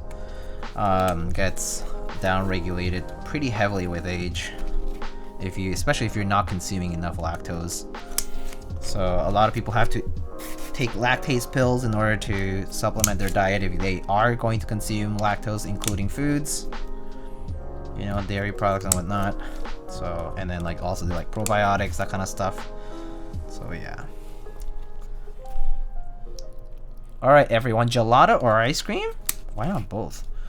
But I mean, aren't both like very specific? Like there's specific things that are delicious in gelato form and specific things that are good in like ice cream form. Good soft service and unbeatable. Have you tried the non-dairy alternative ice creams? Yeah, I have. I've tried like the almond made stuff or like the soy made stuff. Yeah, I tried like Almond Dream and like, soy-based stuff and whatnot. Yeah, it's okay. It's just different flavor. It's just it's like having like almond milk or like soy milk. They just taste different. They can taste good in their own ways, but they do have a different taste profile. I accidentally drank half a cup of McCafe latte with milk. Felt bad the whole day. Oh, rip. Yeah, no. If you're intolerant already to lactose, just carry lactase pills. Just carry lactase pills around with you. Have them before you consume anything with lactose.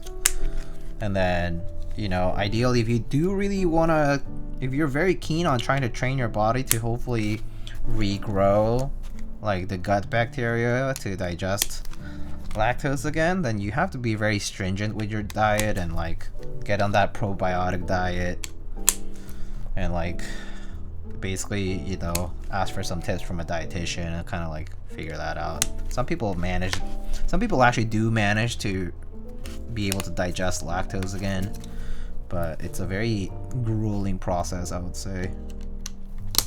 Very difficult to get it right.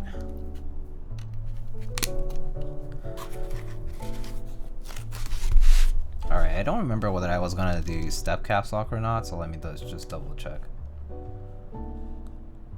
Regular. Okay, we're doing regular caps lock today. Okay.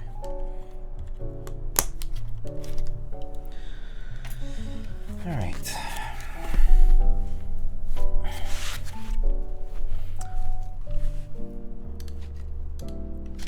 What even is non-dairy ice cream even made out of? I mean, I feel like there's a lot of alternate materials, like ingredients nowadays. So I'm sure there will be many ways to do it.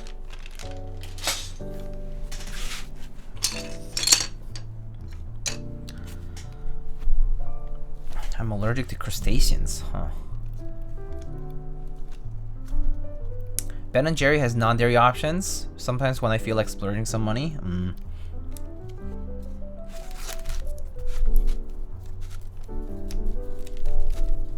Okay, cool.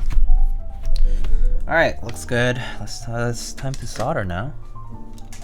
Let's get our fan. If I can find it, that is. Oh, it's over here. I'll be right back.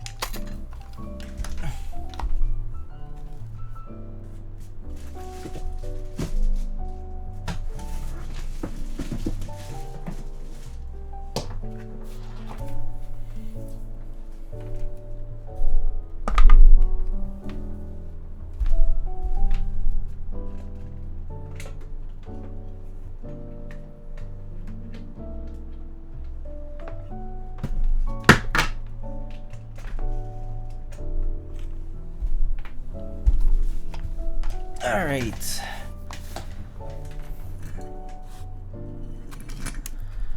It is time to solder. I'm not allergic to a lot of things, I guess. Yeah, I also do not have any allergies that I know of.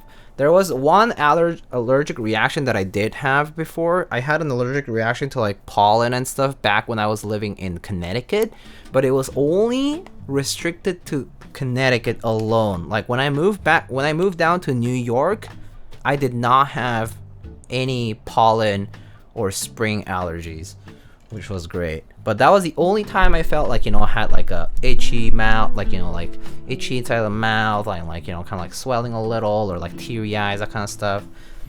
But yeah, I don't have any allergies that I know of to food.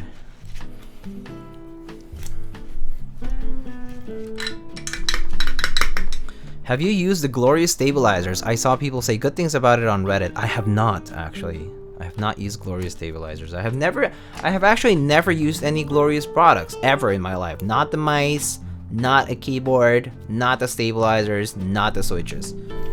I've still yet to use any Glorious product in my life. I have never touched a single one of them. Not even seen that somebody else owns.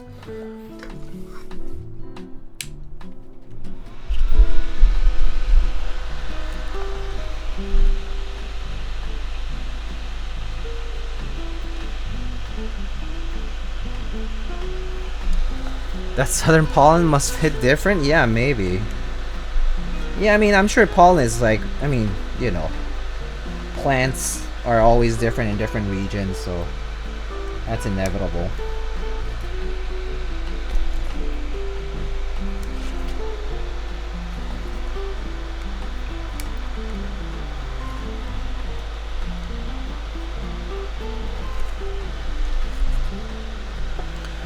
Glorious Lube Station is a thing. Yeah, I believe I saw it before.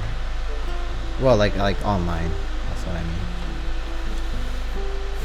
I genuinely think I dislike every single Glorious product in existence. Wow. I guess maybe yeah, it's just not your thing. I mean, I don't know. Some people are big fans of it, so, or some like some, dislike some, I guess is what I think a lot of people kind of feel. Like some, dislike some.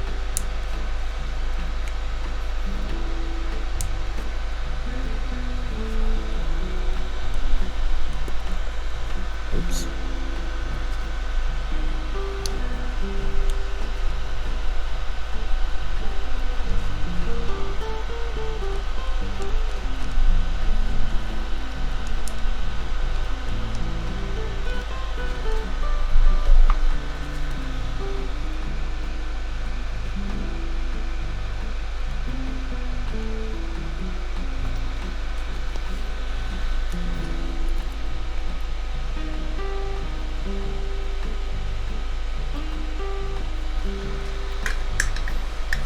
Diego is not glorious? No. Just resoldered this USB port, wish me luck. I hope you don't burn anything.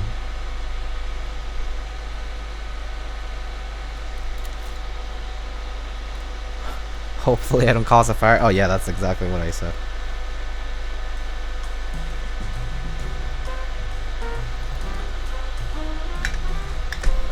I love my shellfish. I get bad hay fever in spring and summer. I have Asian flush to allergy to alcohol and lactose intolerance. I mean, these are all very common things among Asian people, right? Asian people tend to be weak in the stomach, too. We have weak guts, or like guts prone to a lot of problems. Highest incidence in stomach cancer and highest incidence of like digestive problems, I would say, is Asian people.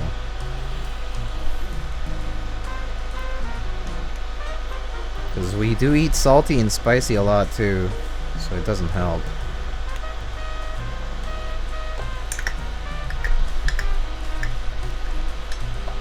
Any foam in this build? We only have the Seon sheet, which is the bottom foam that goes inside of the case underneath the PCB. I think that's the only one that we have.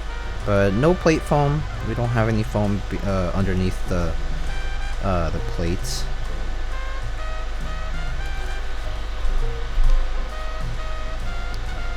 I used to have one time bad bout of hives. Oh, I am only who I am. Hello. Thought I was allergic to something, but thinking back, it might be stress-induced. That's possible too. I mean, stress-induced allergic reactions are actually pretty common. Yeah, stress-induced stuff is just generally common. It's commonplace. It can happen to you anytime. It happens to everybody. And like, you just don't know.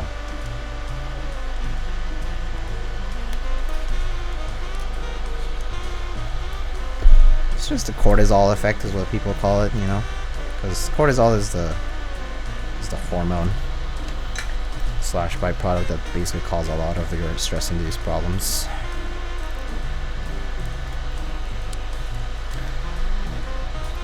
Asians do be eating a lot of random stuff, too spicy, too salty. Too spicy I don't think could necessarily be bad. I mean, anything in excess is very likely to be bad. That's just the way it goes.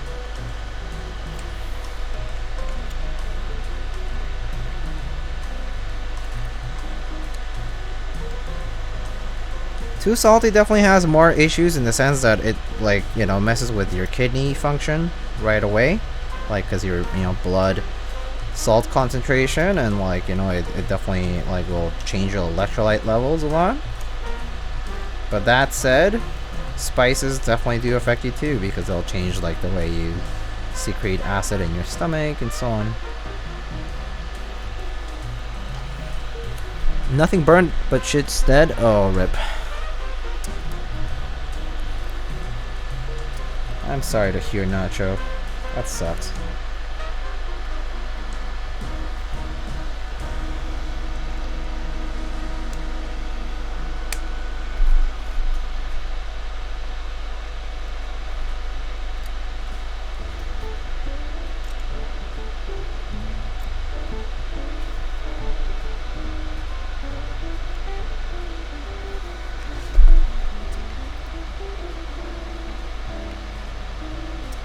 Alright, well, since we're soldering and I'm just looking down here and not looking at the screen too much, would just like to do a quick shout out to Monokei for being generous to send out these sample keycaps for the white and black set, and also for the little goodies like t-shirt and a dust mat, the keycaps.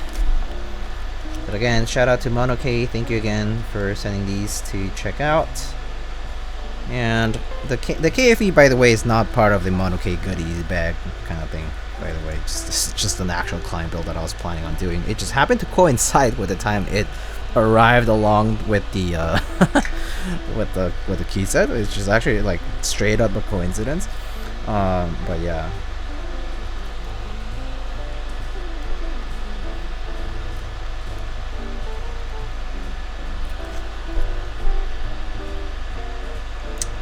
Anyway, while Nacho tries to figure out his drill USB port, best of luck, my friend. Can I buy a KFE? You can certainly buy a KFE on Mech Market. Nothing prevents you from buying a KFE on Mech Market.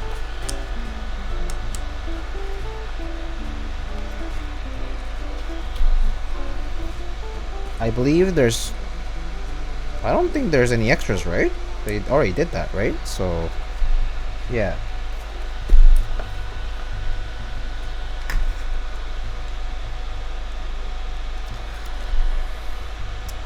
Anyway, moving forward, feel free to check out all of the sponsors of the channel, guys. Don't forget, there are sponsors that support the channel. We have Canon Keys, who has currently a GMK Orange Boy on group buy, and they also have the Brutalist series keyboard sale with a set of switches or a set of keycaps that you can bundle and get a discount for the whole bundle. There's that promotion still ongoing pretty much until they sell out, so you can always check their website for their in-stock items. They also have different variety and assortments of switches. They have stabilizers. They have, you know, they also have their wires for cherry stabilizers. They have lubricants and whatnot. They also, you know, run group buys for different kinds of products, desk pads, and all that good stuff.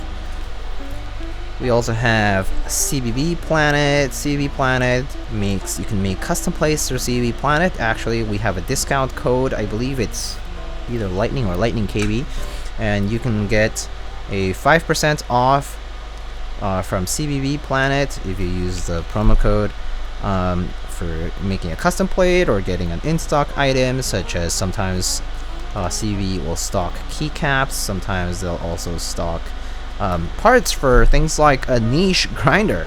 They also stock parts for coffee related things. They also stock like the Bongo Cat screw trays or parts trays that you can also use when you're building or assembling things or disassembling things. Yeah, so check out CB Planet for more info on that kind of stuff. They also are the official proxy for McLovin in North America.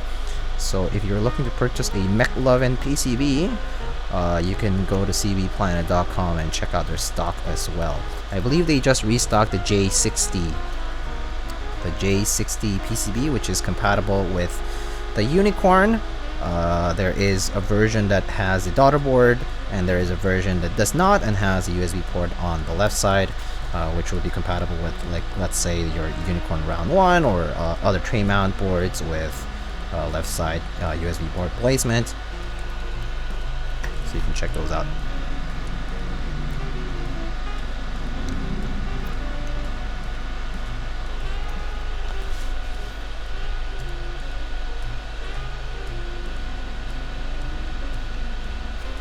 Alright, next up we have Kinetic Labs. Don't forget to check out Kinetic Labs for in-stock desk pads, in-stock switches, in-stock keycaps, and other assortments of items such as lubricant, carbon GS1, GS2,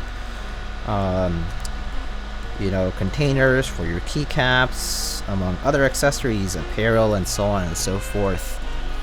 Next we have Novel Keys, also with just recently we had the end of the pre-order for the Dark Shake NK87. However, they do have in-stock keyboards like the NK65 and the NK87 in different colorways. They also have different cherry PBT sets, like for example the PBT Taro set that we're using today is also from Novel Keys, although that is currently out of stock.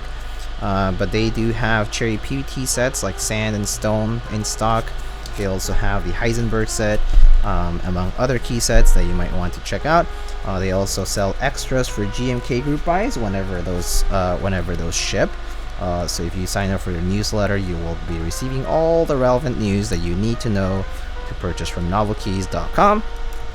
And if you purchase any in-stock items, like whether it's a stabilizer or like maybe you're purchasing a vinyl Ron figurine or whatever, you can get 5% off by using the promo code BOLT. So you use the promo code BOLT, you will be getting 5% off any in-stock items, and that includes GMK extras, for example. Anyway. Alright, moving forward we have Omnitype, omnitype.com/lightning, where you can currently find in-stock GMK key sets. You can find GMK Pono, GMK Modern Dolge, GMK Modern Dolge Lite, GMK Minimal 2 should be coming soon, and it's been shipping out to pre-order customers, so you will definitely be seeing more of that quite soon. And of course, you can also find Pokemon Company products. There's different Pokeballs that you can purchase. These are all officially licensed products by the Pokemon Company, and you can purchase them through Omnitype as well. You can also purchase accessories through Omnitype, from desk pads to keyboard cases and containers to put your switches or your keycaps in as well, and so on and so forth. Minimal, did they ship them in bags? I do not know. I believe not. The entire shipment was like that, so probably not. Probably shipped them in the trays, because there are still a lot of sets that are intact and fine.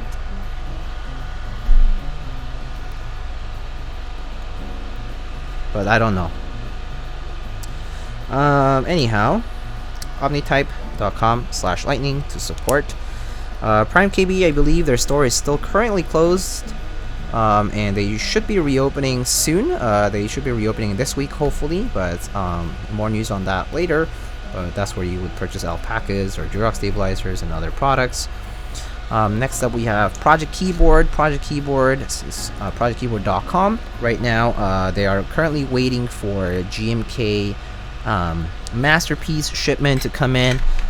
They also sell lavender switches, and you can also purchase dust pads and other little accessories and items. And then next we have Salvin, salvin.com, the official proxy for Welbotech PCBs in the EU, and you can also purchase the Salvin Key Cult Brass Keycap collaboration pre-order keycaps. Those are available in a variety of colorways, from black white, black red, brass white, brass black. You can so you can even black actually, and you can purchase those on Salvin's website if you're not located in the US. If you're located in the US though, just go to keycult.com and you can purchase your Salvin Key Cult brass keycaps from there as well. Also right now on Salvin's website, we also have the MW satellite pre-order going on. There's also Durock snaps, and there's some other things like the red switches and some desk pads, and you can also purchase like Salvin socks, for example, or a hoodie if you like. But yeah, if you're in the EU, Salvin is a place where you can currently purchase different items, and there is currently a switch sale ongoing on Salvin's website where if you order 3 packs or more, you get a 15% off discount from the website. So maybe if you're purchasing red switches or navy switches, you can purchase 3 packs and you'll get a 15% off discount right now on Salvin's website. And lastly, we have Space Cables, where we currently have spaceholdings.net is a MW satellite ongoing pre-order for a keycap set, and of course you'll always find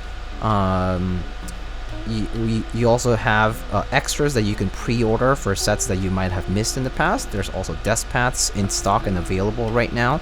Let's say if you missed out on GMK Purple Night or GMK Pacific, you can purchase that as extras as a pre-order, GMK Lavender, and so on. There's also lube stations and Krytox products available on the Space Cables website as well, and very regularly they will also be doing collaborations. So right now, for example, the GMK Mercury cable is still available through the Space Cables website. So yeah, check it out. Alright, let's see, did I solder everything? I believe I might have missed one switch, and I'm trying to find which one it was. Oh no, I think I did already fix that. Okay. Cool, so let's test our PCB first and then move on.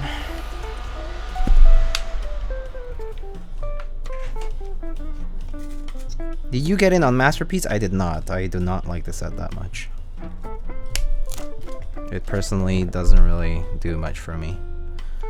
The modifier style is not something I like. The color is like whatever. I think I have other blue sets that I like already, so they don't really mind it. And I actually, the more I look at the modifiers, I like specifically the Japanese Legends or whatever, I kind of don't care that much for them. So yeah, I'm kind of like, yeah, just didn't purchase it and I'm okay with it. There are still a few KFEs in stock. You heard it from Mr. Motohiro right in chat. store.monokei.co/products/KFE-CE, and you can currently purchase a KFE in stock right now. Ships right away to your doorstep with DHL Express. For example, if you're purchasing internationally, but if you're local, well, you'll get it even quicker.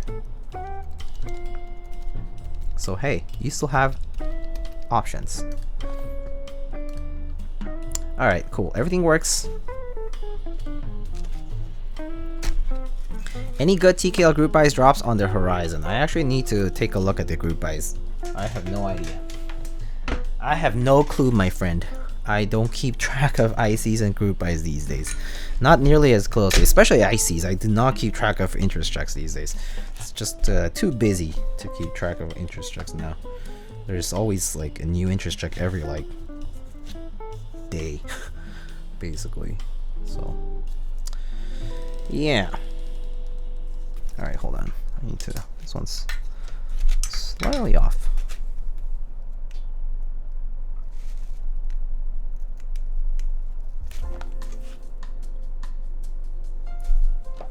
Okay. Only 5 win keyless Titan Grays in stock? Well, you see it right here, my friends. Titan Gray? Really nice color. I personally, I am a big fan of this colorway. So if you're looking for something nice and neutral, Titan Gray is the move. If you get a few extras and get your purchase up to 800 SGD, you can get free international shipping as well. Nice. Nice. Alright.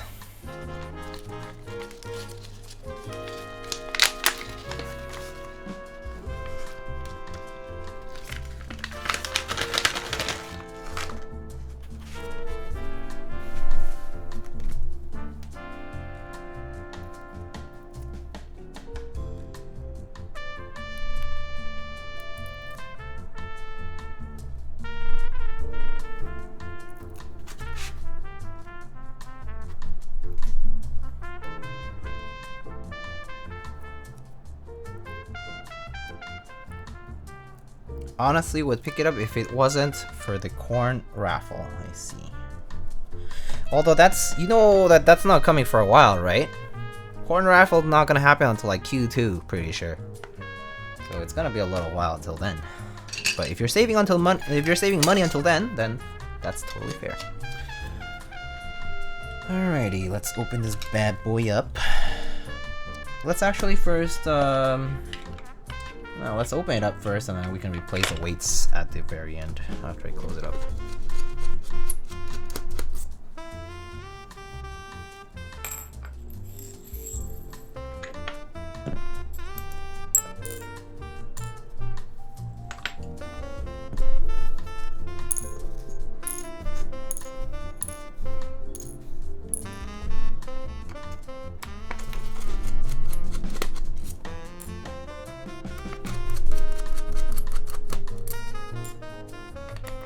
Only buying one board at the max this year because money is tighter. That's a good point. I get it. I understand it.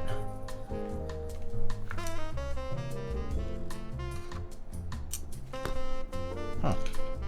They use different size screws. Here. Not different size, but different head.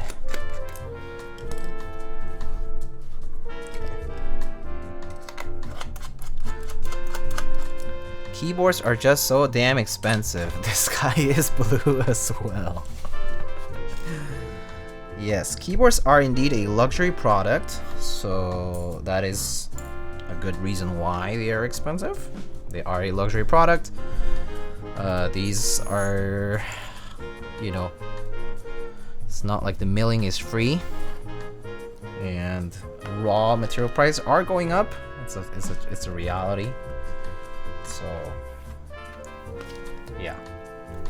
And of course, well, there's their businesses as well.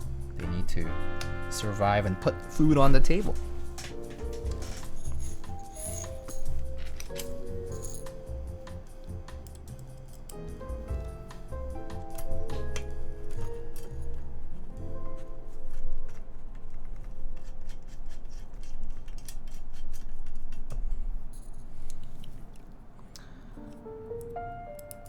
That is why I own 7. Yeah.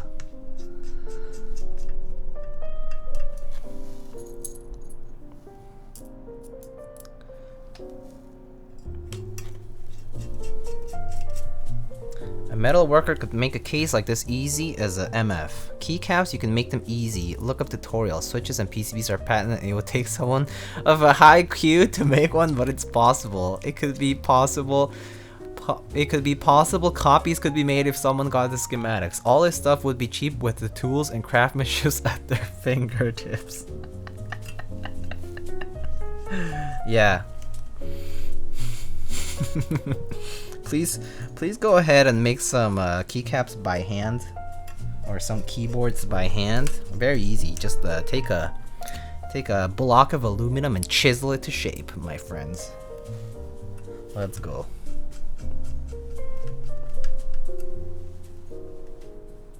Chisel that plastic to shape as well. Engrave every legend by hand.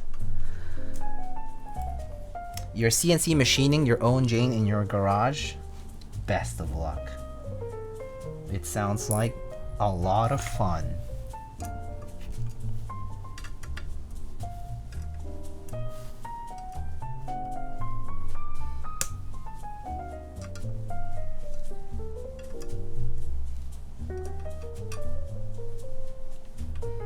Alright.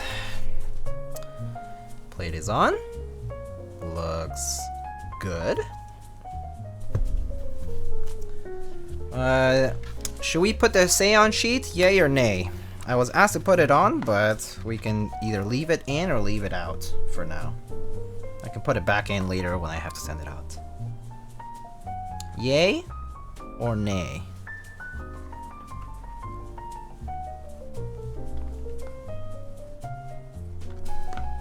With? Okay. Yes? Alright. Yes, it is.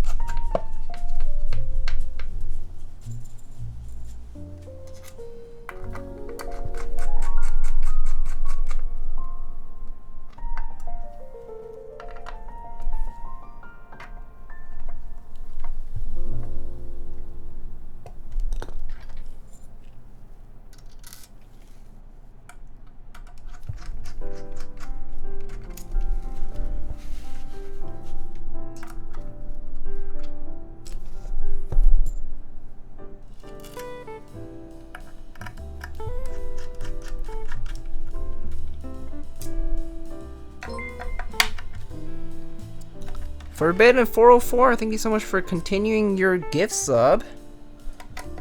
And thank you to Thok Thumbs for being generous to give it to you in the first place.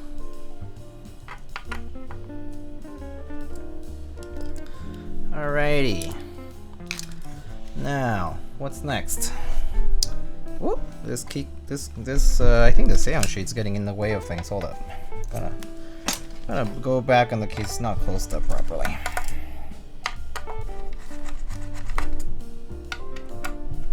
The Seon sheet shifted over a little bit.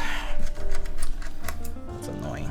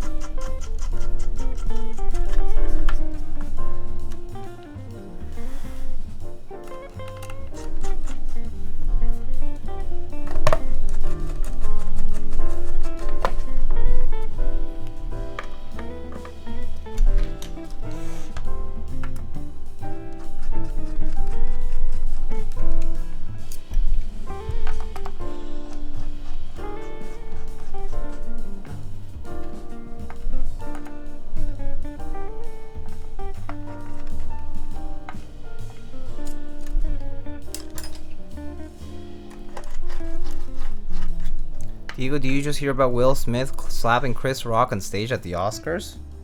No, because I don't follow the Oscars, or I didn't this year, so I wouldn't know. I was not paying attention. I didn't even know it was happening today.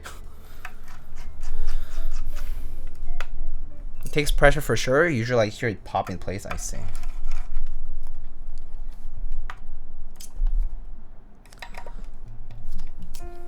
That's pretty hilarious though.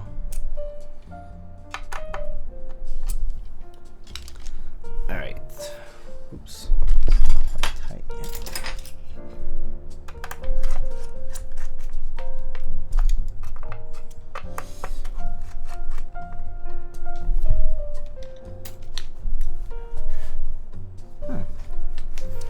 These tolerances are indeed a bit tight.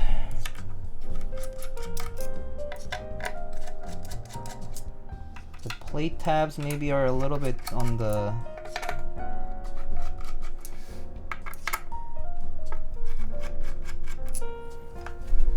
trying to see here.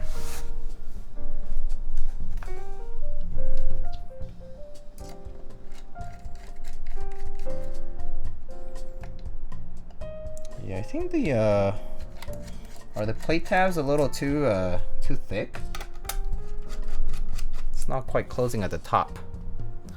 Just remove the foam and call it a day. We could try that, but I'm not sure.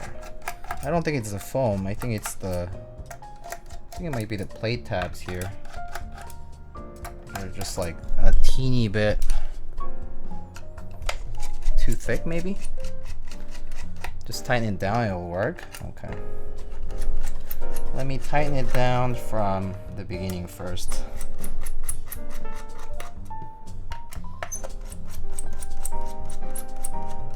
Okay. Yeah, I think the top part is just sticking out, so let me actually remove the screws and try again here.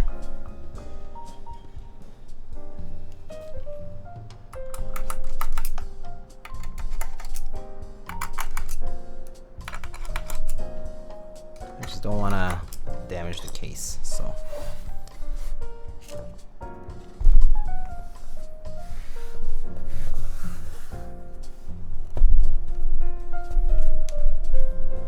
but it is a tight fit, it seems. I can feel it.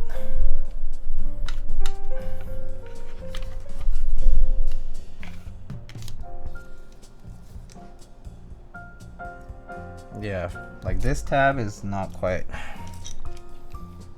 flush.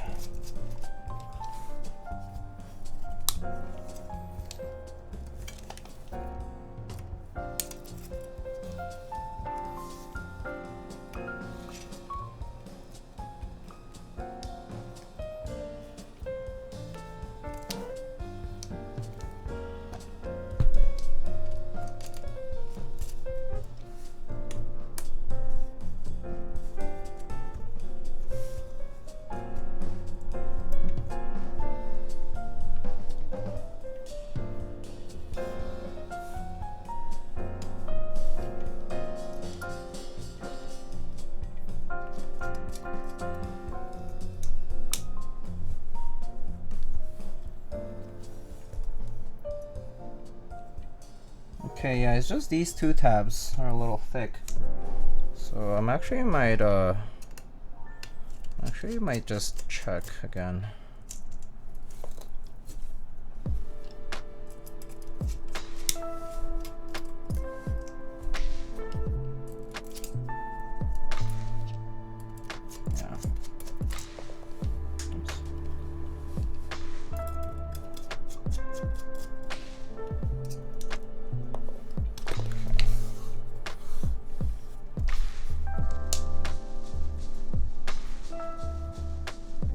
Oh my god, it's like ever so slightly thick.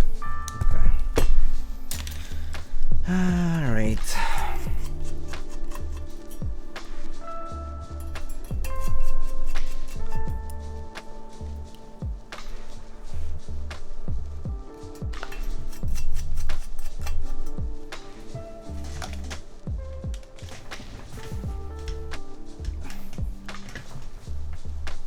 Yeah, I just have to realign the plate here.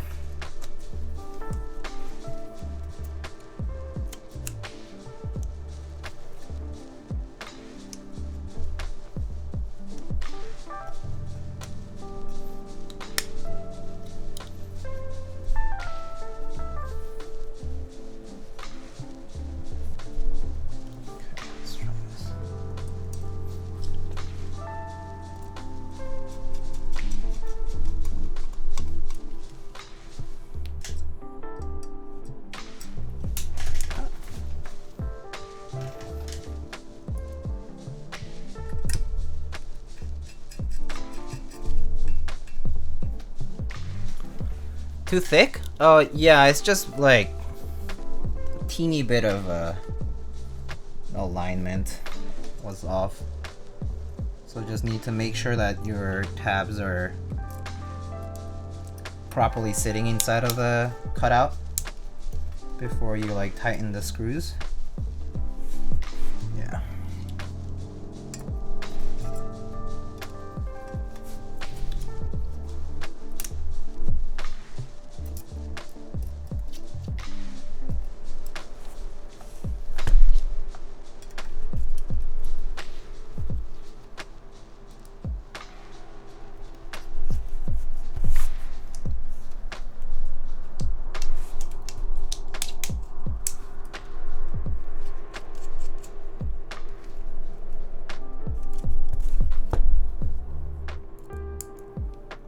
Yeah.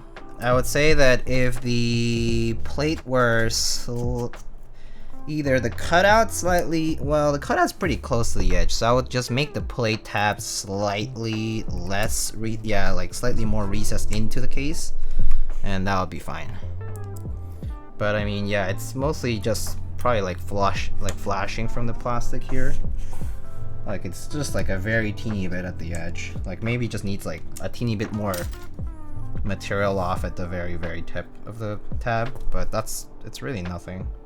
Yeah, now it's fine. Now it looks okay. So now it should just kind of fit in. Yeah, there. Yeah. So, and then here it's just the alignment pegs here. Need to kind of like properly close in.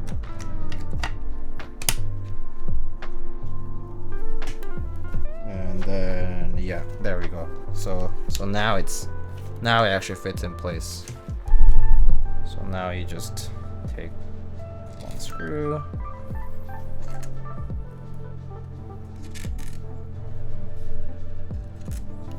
Yeah. Oh, Mr. Obsidian, hello. Wow, it's been a while. How are you, buddy?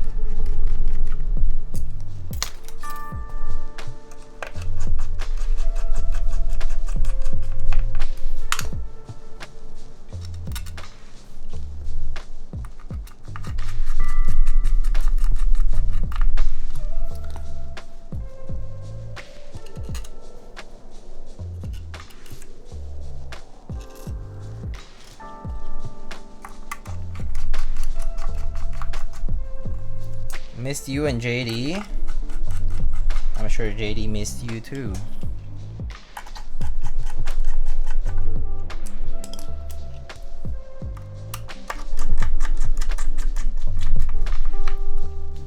Do you think this is a fault more so of the design or just how they machined the plate? Definitely the latter. I don't think the design has really any issues, because it's already like what, second iteration, third iteration. So I think it's just the plate. It's just the machining on the plate that's like slightly off. Yeah. Now it's like nice and flush. So yeah. All right. So let's try this with both keycap sets. So we're gonna try this with Taro, and then do it again with the white and black set maybe.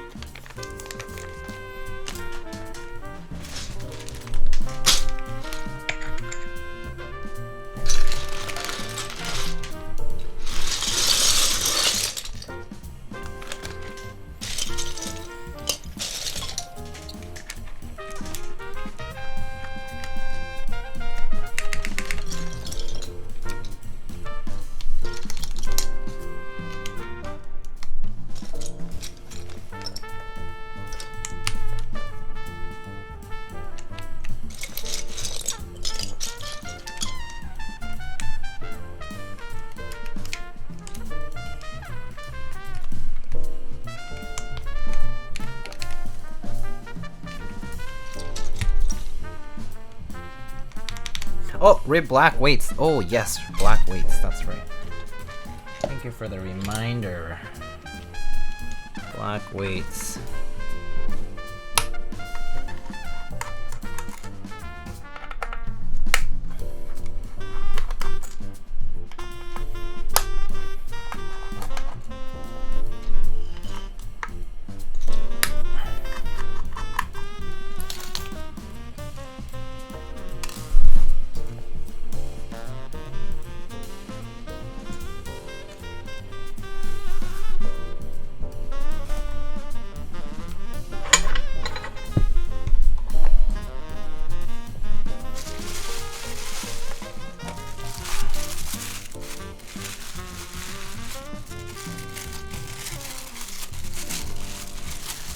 Is this GMK? No.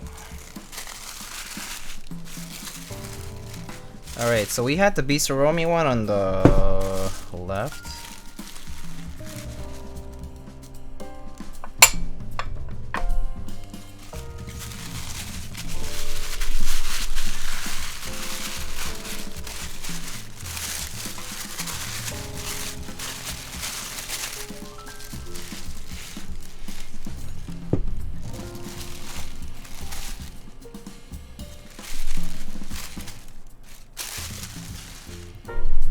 This is the right side up for Monokei, right? Monokei. Yeah, okay, cool.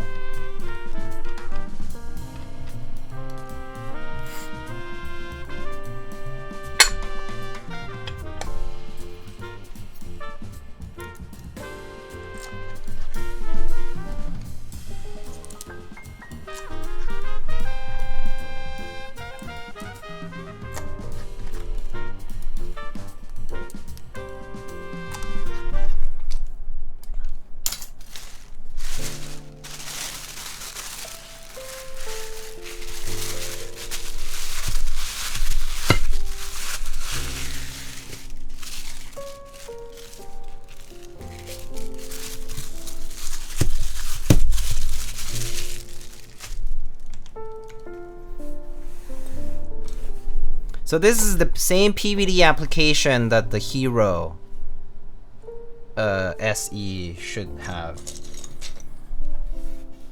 For those of you who are curious.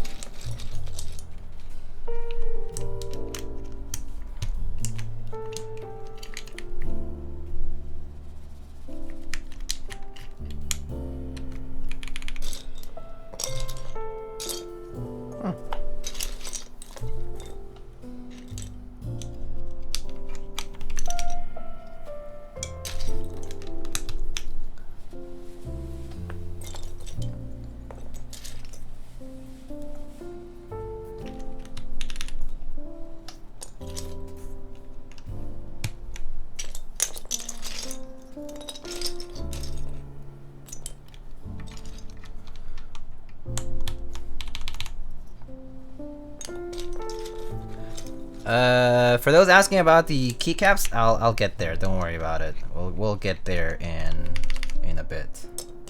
So patience, and you'll be rewarded soon enough.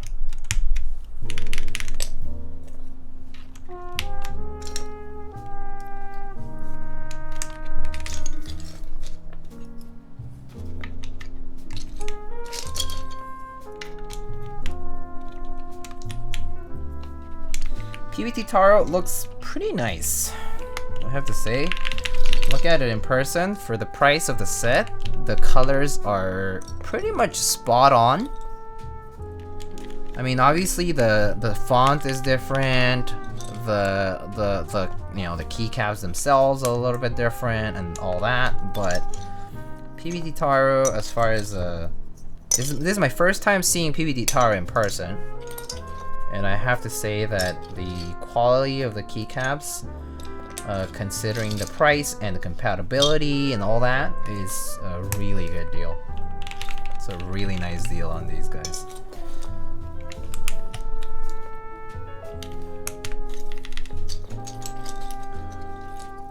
Is there any warping on the spacebar? Seems fine on this. If you're talking about the white on black side, it looked fine. We'll get there though. After this.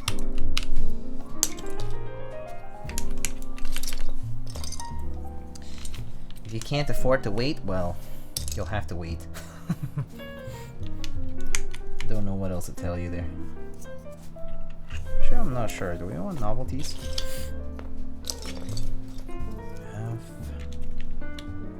Page down.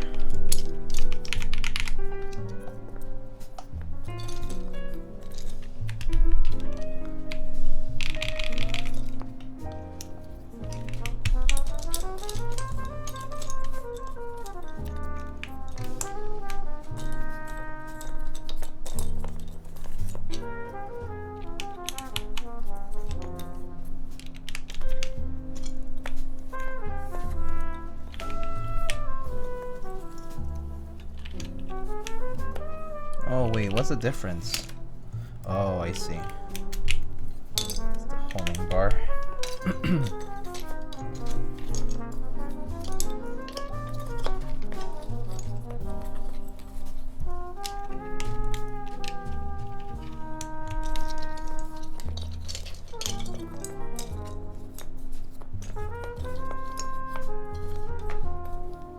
Just put.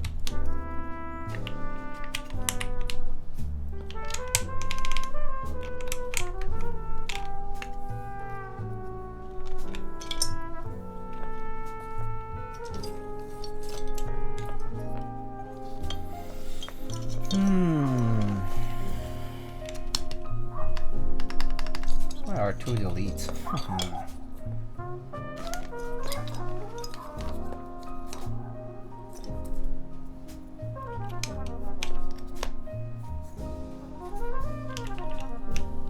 Oh wait, must have put the O somewhere around here. That's not it. Pretty sure I saw it just now.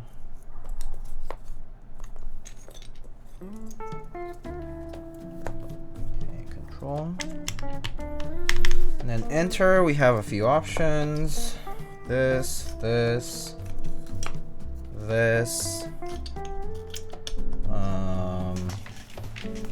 Oh, there's an F13 key. We can put the F13. And where's my R2 delete? F7 right here. Where's my caps lock? Caps lock. We can put these little fish novelties. Wait, what am I missing? Where's the O? O. Yellow enter? Alright, yellow enter it is. Oh, R2 delete. Found it. Oh, here it is.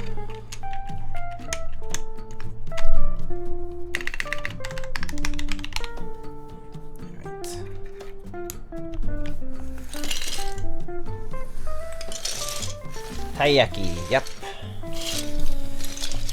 Yep.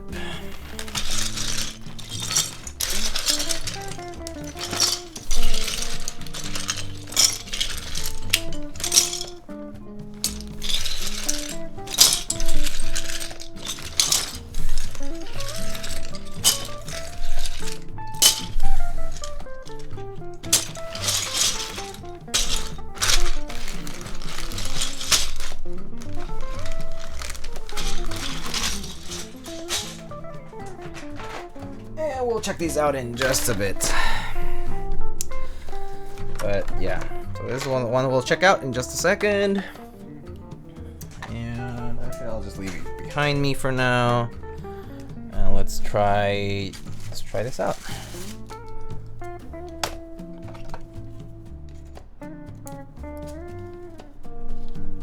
Bungeoppang. So good.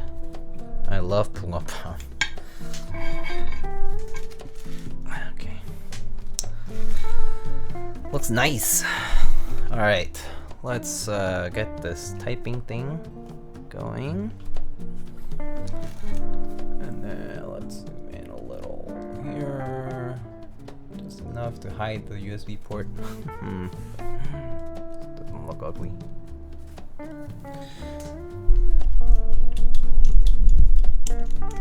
Okay.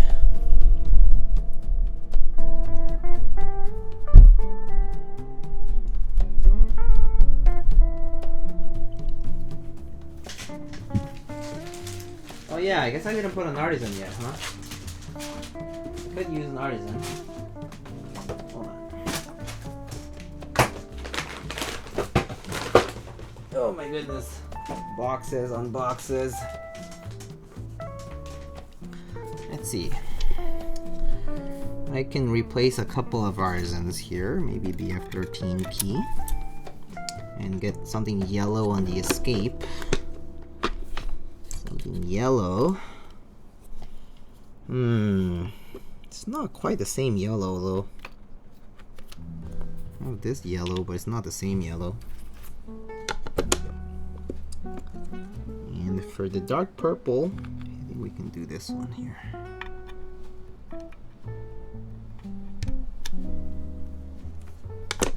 It's okay though. I think we'll do for now.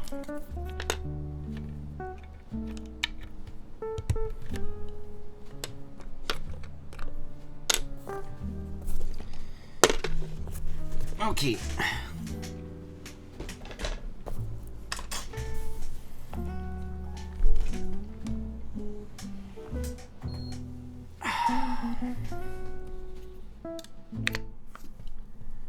All right, friends. Let's give it a shot. Oh, maybe I zoomed in a little too much. That way that doesn't block the chat in case you're looking at it. All right. Something I'll never buy since I don't like F13 quad side profile or uniform bezels. I mean, that's fair. That's all fair. It's all totally fair. Alright, so let's try this out, shall we? Taiyaki or Pumapang, I mean, they're the equivalent thing. So, alright. So, mint chocolate chip switches on polycarbonate.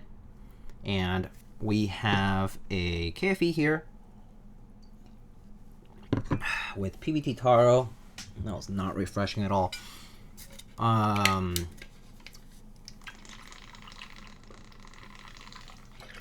Top mounted, which is how the KFE mounts their plates.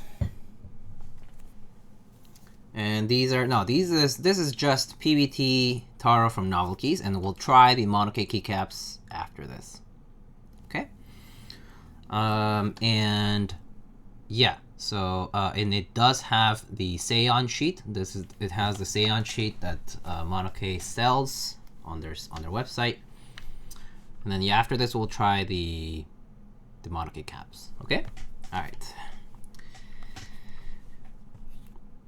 I think it's a fair comparison to have a PBT set next to another PBT set rather than like a GMK set, because it is PBT after all. So, let's give it a shot.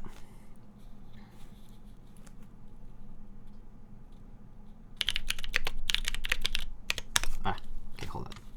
Can't see. There.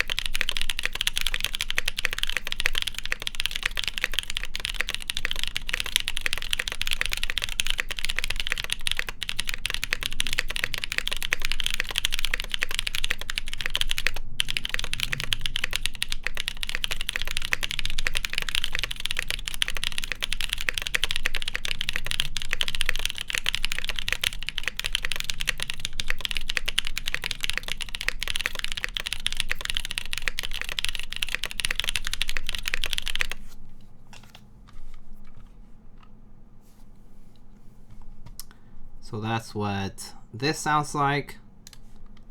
We can definitely tactiles. Yeah, definitely tactiles. Zaid, how are you? And here are the modifiers.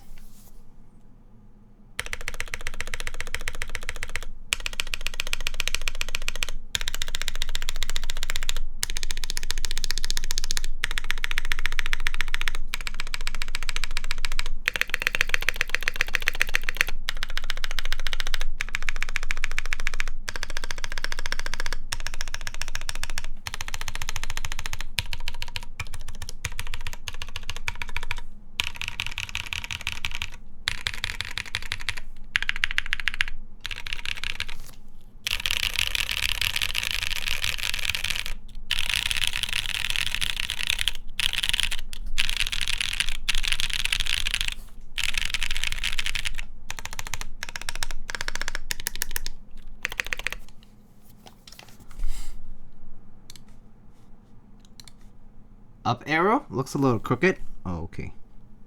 Maybe I'll just remount it.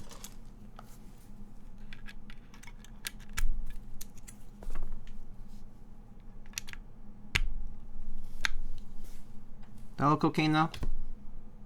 Might be the angle, to be honest, but it's hard to say. Looks okay on my end, but maybe it does look crooked on your end.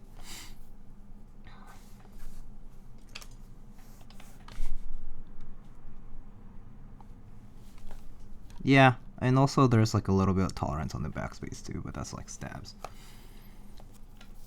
How's it going? Wouldn't say crooked, but the backspace looks wonky. Oh, it's probably because the font is bigger on the PBT sets from Monokei. Up arrow on TKLs. The best sounding key.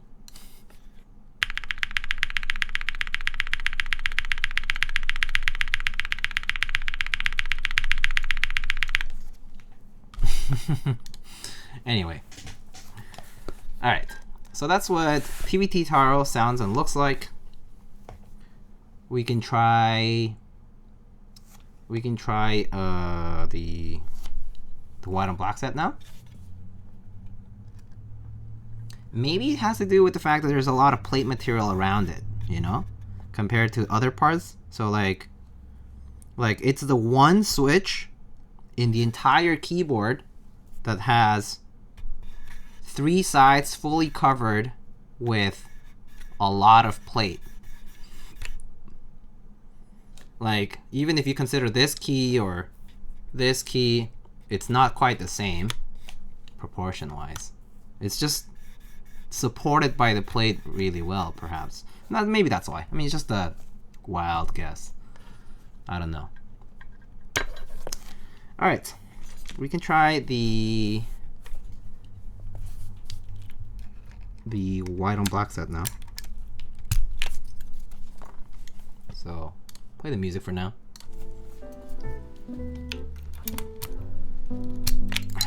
But I like the feeling of these tactiles. Can't say I'm a fan because I personally don't like any heavy tactiles like the snappy type, the Holy Panda style of tactiles. I personally am pretty lukewarm on them in general. Like, I just never really enjoyed them as much. On MX style switches, I like Topre, like snappy Topre is pretty nice, but for some reason MX tactiles with the Holy Panda style is just not for me. I tried it for a long time. I actually did enjoy Holy Pandas for some time. I had Holy Chickies, I had several keyboards with Holy Pandas. I tried several keyboards with these style of tactiles, and eventually I just decided that it wasn't for me. But otherwise, it feels good. Like the switch, like the tactility is pretty nice. It is kind of similar to a lot of like other similar switches, like, you know, like U4Ts or you know, other keyboard or other switches that like kind of have that sort of tactility.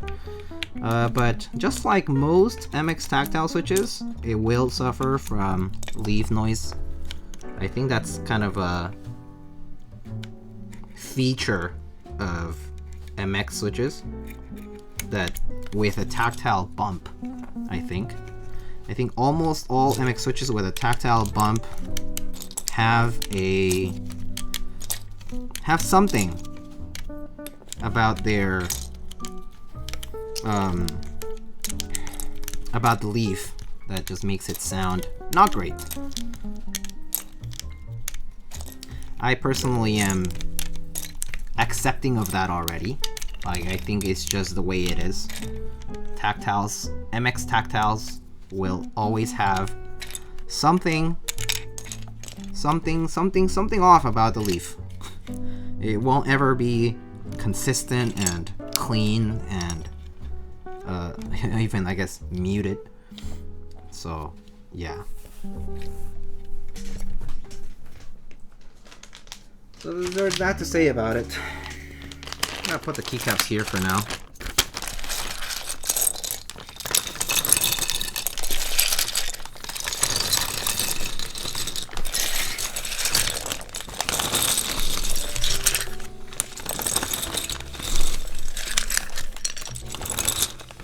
MX Browns and MX Clears are the only MX tactiles I'll ever consider. Yeah, personally I'm into those, or like pewters, similar like that. But I don't know, just the Holy Panda style never grew on me as much. So yeah. Alright, let's put these on.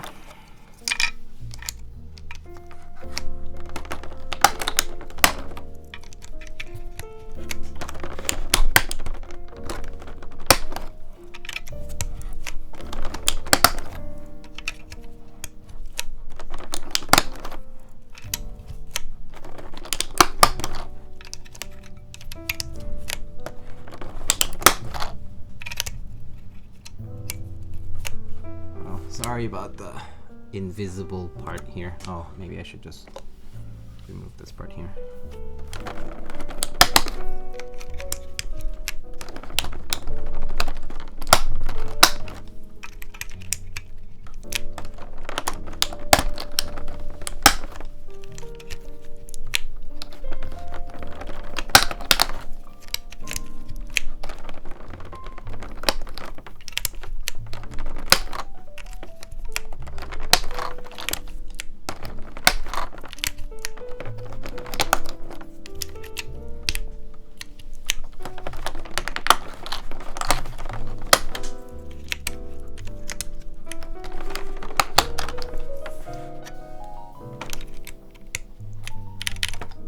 They're really in that tray? Yeah, they are. They are indeed quite in that tray.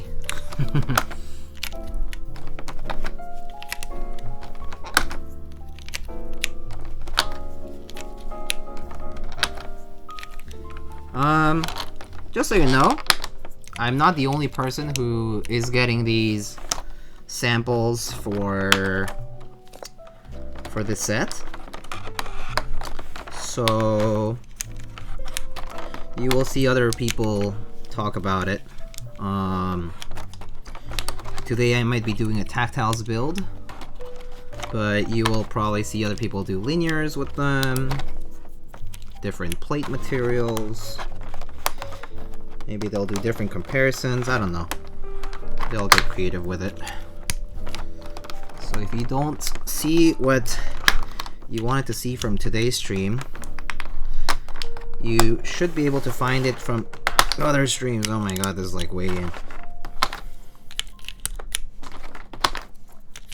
At least they will never fall off from the tray, so that's good. Can you pop the keycaps from below? No.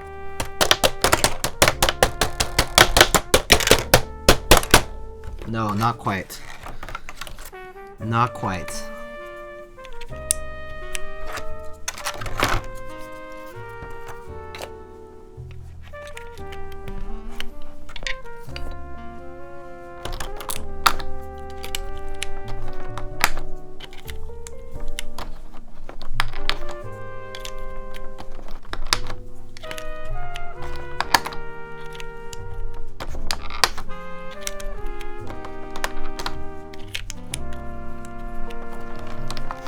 O looks very long. I think it's consistent with the style of the font, however. It's a slightly less rounded kind of look, so yeah.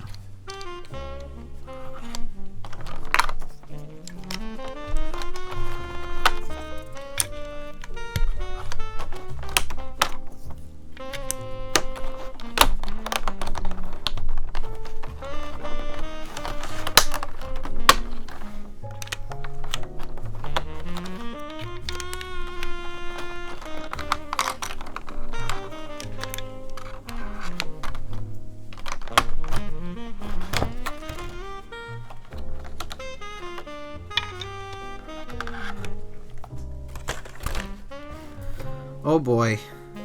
I don't know what icon's what. Okay, I'm gonna guess it. This is print. I'm gonna guess this is scroll because it has a mouse on it. This is pause. Oh, okay. This is insert. Wait, that's delete, but okay, I'll let you. Okay. Insert, home, page up, delete, end, page down. Wait, is that the right profile? No, it's not the one. Wait, no, it is the right one, right?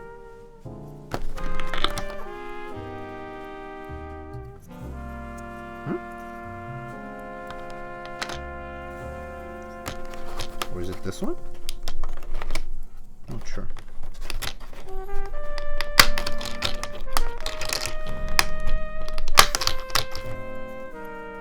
Oh, it is, okay. Page down. Oh wait, damn it. Shouldn't have put that back in. Caps lock. And then arrow keys. Up, left, down, right.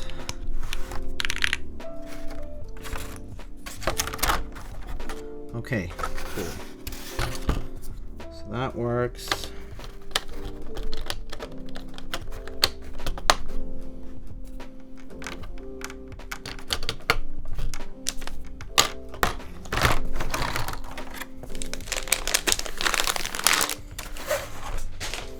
And then we can put an ours in here.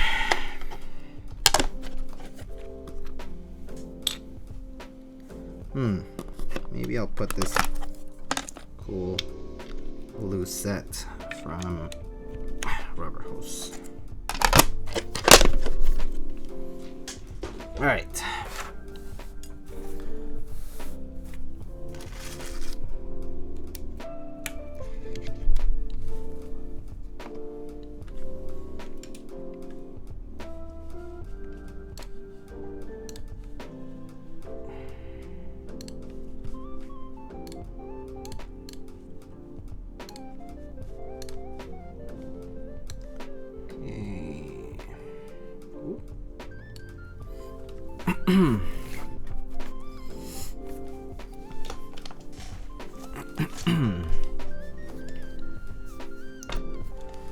Alright, so let me just go back really quick and chat to see if I missed anything. Are there any flex cuts in this plate, Diego? No. Is there a cutout in the wind keyless blocker? Yes, it is. It does have a cutout in the wind keyless. Do you remember WASD keyboards? Yeah, what about WASD keyboards? What about WASD? I mean, they're still around. WASD is still around. They still do stuff. They still sell stuff. But are the legends consistent? They look pretty consistent to me. They look very sharp and consistent. Legend placement looks pretty good. From what I can see, it looks pretty solid. Don't really see anything out of place. Yeah, no, it looks pretty good legend-wise. Are these cherry profile? They are. So the icon mods look the ones that they have on their ABS caps. Oh, like similar? Oh, I see.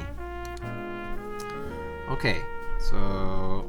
Okay, let's move slightly so here. Okay, and now let's try it out. So now we have the same setup, but we have the Monokei Series 1 white on black keycaps. This is again mint chocolate chip switches, tactile switches on a polycarb plate, and these are PVT double shot cherry profile keycaps. Yes, these are cherry profile indeed. And yeah, and we have the Seon sheet inside of the case as well. All right, let's give it a shot. Okay.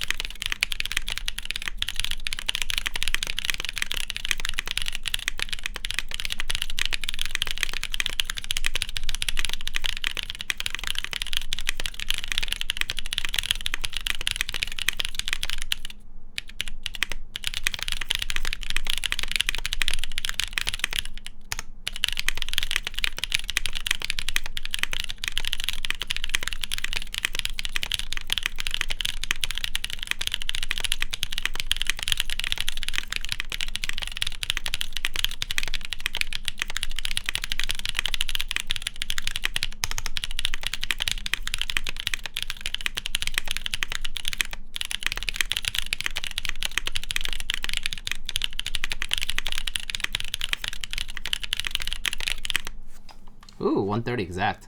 Neat. It is PVT. It is PVT double shot, for those who are wondering. A bit chalkier in a good way. Definitely chalkier because the keycaps themselves have a decent amount of texture. So it's, don't forget that there's a bit of rubbing from my fingertips, that kind of stuff, right? Quite textured. I do think brighter than PVT Taro, perhaps, as far as the sound goes. Feel-wise, feels just like cherry profile keycaps. That's not a big difference. Definitely the main difference is that they are grippier. So if you're not into grippy key sets, grippy, this is about as grippy as KFE, no. Less, maybe a little less grippy than KFE Fans Topre. Not sure if you guys have tried those. Less grippy than those. But it is grippy. Quite grippy. Like, there is a texture to it. And again, it is definitely similar to Leopold. Like the Leopold PVT keycaps that I've tried. It has that grippy texture to it. But yeah, looks pretty good though. And it definitely sounds pretty nice. Is it Cesar straight? Yeah, seems straight. We can check the mods. So here are the mods.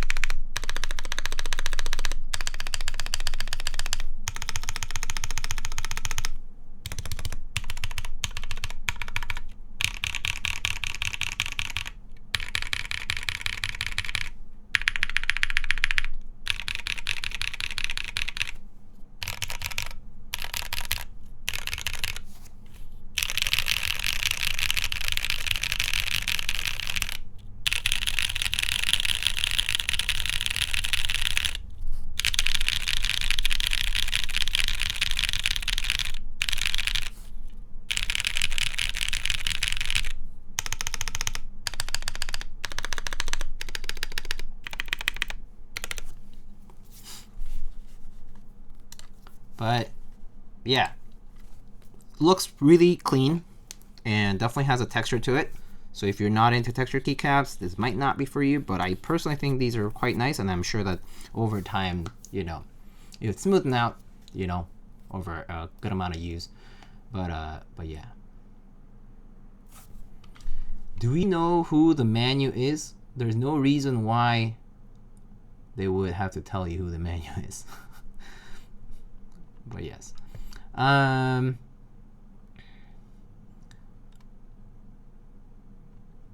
Let's see.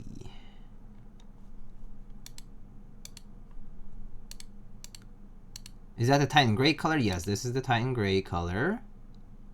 So they shine but slower than GMK. Well, they're different material than compared to GMK, so PBT does shine though. Yes, PBT does indeed shine. I do have some OG Cherry dye subsets that, for example, have a decent amount of shine. And they're PBT, so PBT does shine. PBT also does yellow. PBT also does fade. Like dye sublimation does fade, for example. This is double shot though, so these won't fade because double shot is pretty resistant to that kind of damage. But yeah, does palm shine? Yeah, palm also shines. Yes, a lot. Any plastic will shine over time. Yes. Remember, shine is a matter of texture as well. So if you wear out the texture enough, it will look shiny. Yeah. Do they also sit higher on switches like CRP, PBT, Cherry Profile? I believe these sit quite well. So let's actually take a look. Finger butter to OP. Yeah. Okay. So I'm actually just gonna move the mic now.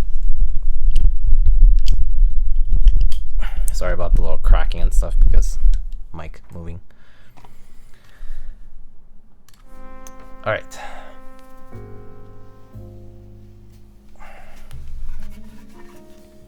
Let's take a closer look. So this is what they look like up close. You can see the legends, quite nice. A bit more of a curvy sort of font. Definitely slightly, maybe like the gap is slightly bigger compared to GMK, let's say, but it's extremely close. So I would say this is not bothering me at all.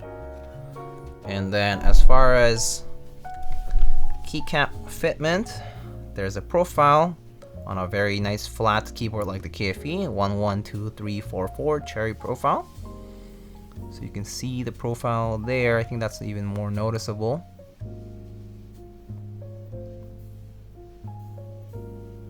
Yep.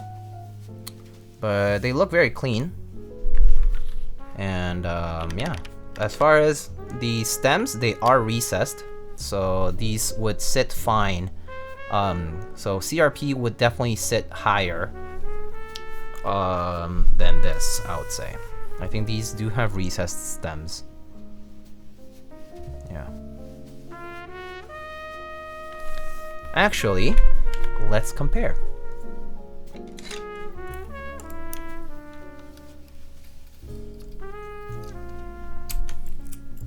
If I put, how about a row 1 CRP cap? Does it sit higher? And it does. Indeed, it does. CRP, right in the back, see it peaking? A teeny bit? That's CRP. So CRP does not have a recessed stem like GMK or these keycaps do. Compare that to, let's say, Taro.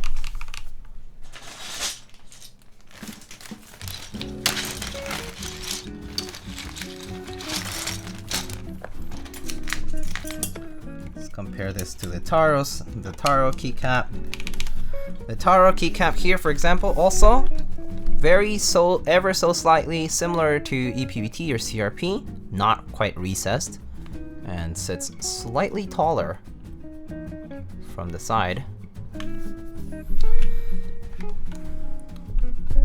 So yeah, so these do have indeed, I believe I showed it earlier, but they indeed do have recessed stems.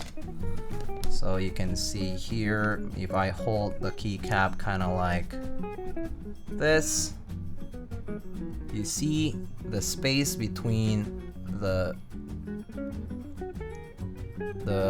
one, like, you know, the very bottom and the bottom of the stem. Definitely you can see the slight recess amount here. So this is truly cherry profile. It's truly cherry profile. Very nice. Anyway.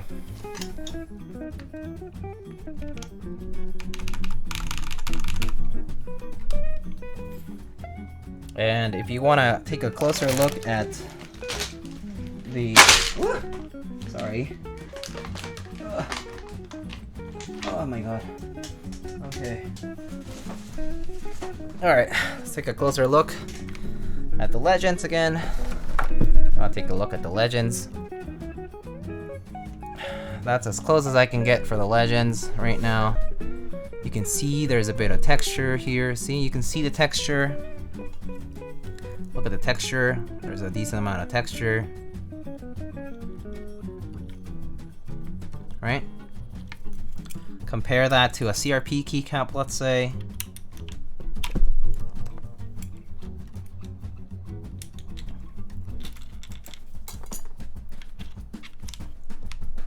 CRP, very, very smooth. Monokei, very textured. Very quite textured. So very grippy, nice and grippy. If you are into that, this will be right up your alley.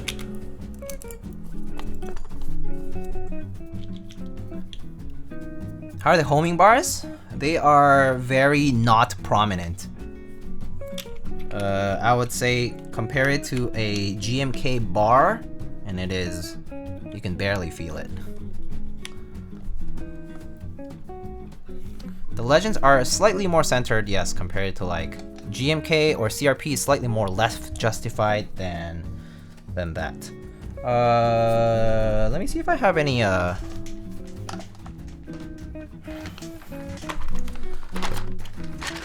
GMK barred keycap here. Okay, I'm gonna pour some keycaps out. Hold up.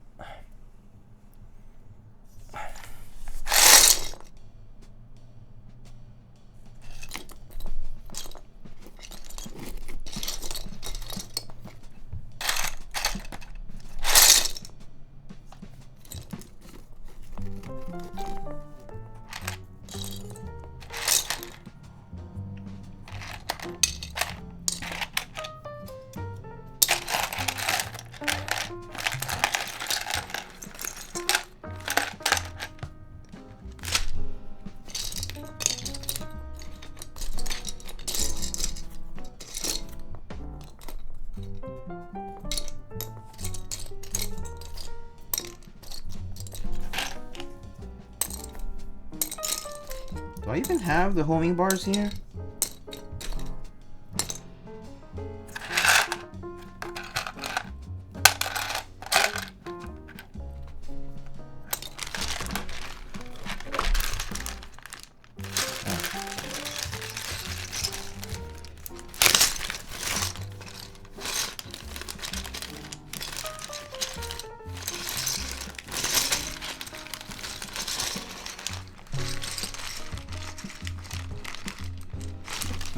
Found one. Okay.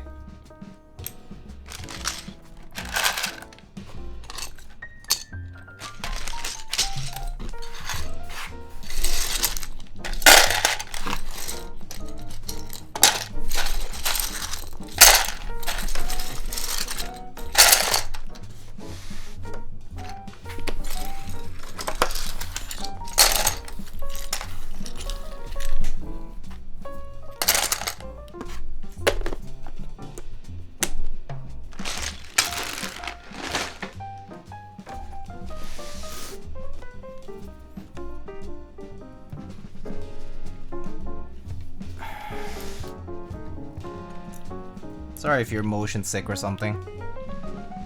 I apologize if you are.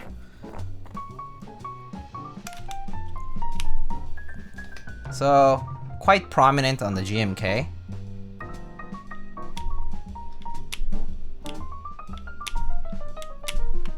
Not quite on the Monokei.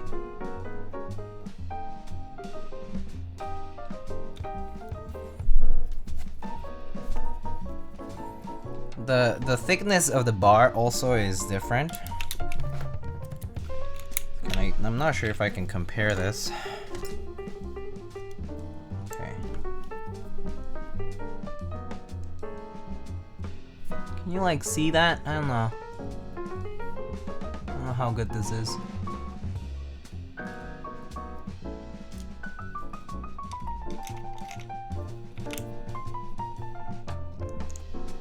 And then on this is, it's almost, it's barely there. The homing, it's not very prominent. Like, yeah, there, you can barely see it, but it's not very prominent, so. Yeah. Can you feel it at least? Yeah, you feel it. You feel it. You definitely feel it. Like with your, if you touch it with like the fingertip, yeah, you can feel it. But it's definitely not the same as GMK. Yeah.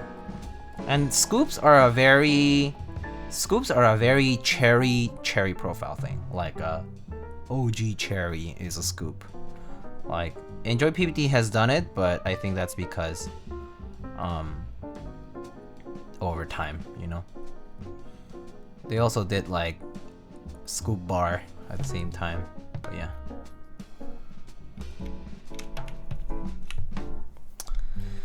Yep, I'm aware.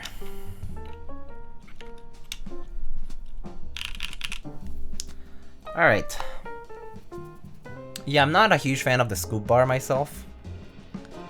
I'm a fan of scoops, I'm a fan of bars in by themselves, but I don't like the scoop bar combo that APVT has. I'm just not a big fan of that.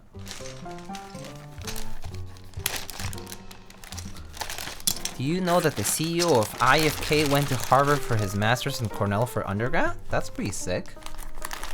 Good for them. That's awesome.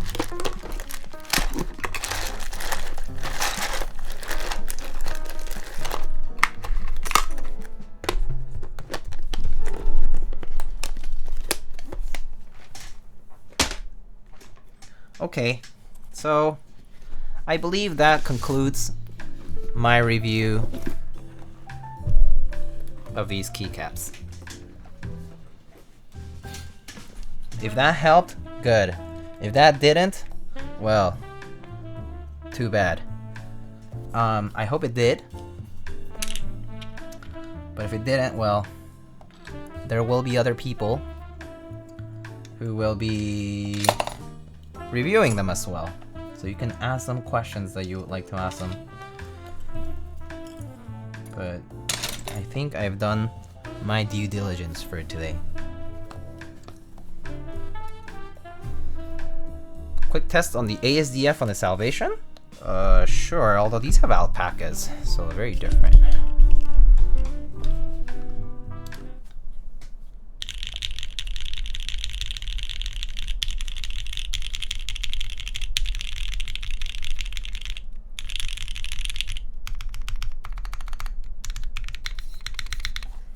Oh, you mean with the keycaps? Yeah, sure, fine. ASDF. Oh my god, I'm like taking more keycaps than that.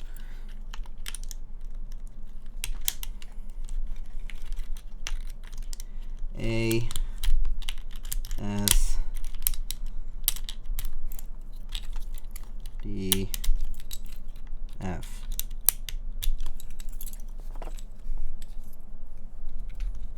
Fine, I'll get the G as well.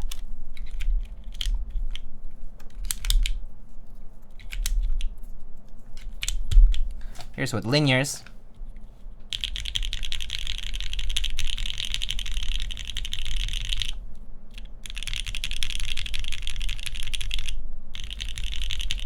Actually, it kind of sounds similar.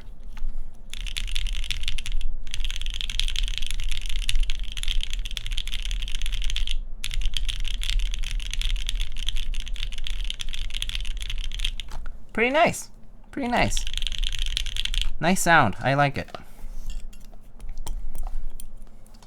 But yeah. Oopsie. There we go. But yes, I'm rocking the wood plate for now. I'm probably gonna keep it for now, like this. I mean, I do have the pewters build. I have a build with pewters and half FR4 plate for the salvation that I built a while back, the first time. And yeah, if I feel like having some tactiles, I'll just switch over to those. Otherwise, I can't tell the difference, TBH. That's a good thing. I do agree. I feel like not a difference is a good thing as well.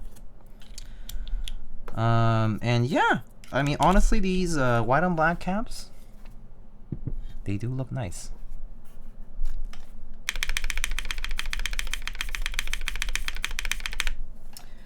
Has he checked spacebars for warpage? I'm telling you, it seems fine to me. If you're that skeptical, I can check. But it looks okay to me. I mean, does that look straight to you?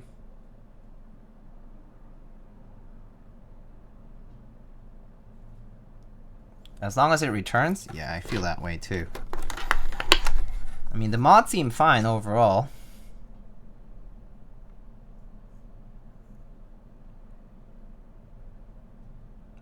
Try to line it up to the line of the letters on the keyboard below. But yeah.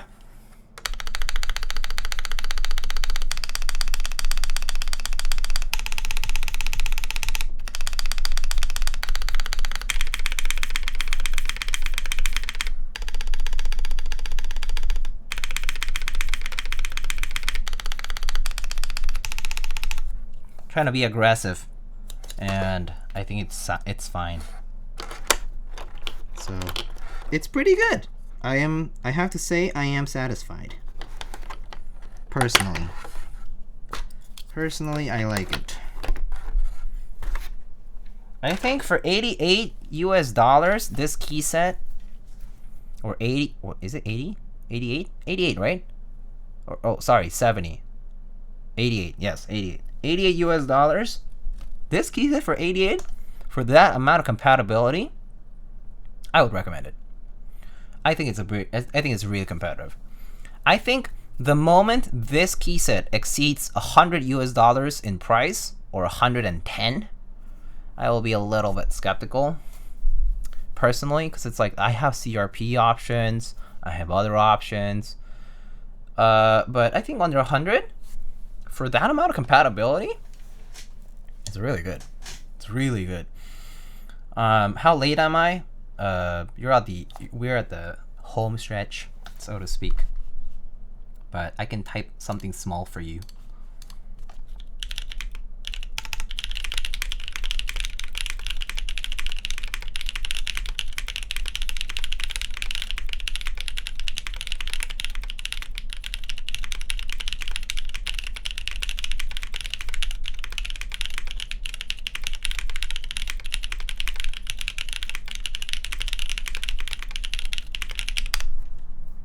Wait, no step caps? No, there is a step caps. I mean, step caps is right here. But what about it? What about no step caps? I mean, step caps is right here. Here's the step caps. Right here. What do you mean no step caps? Step caps right here.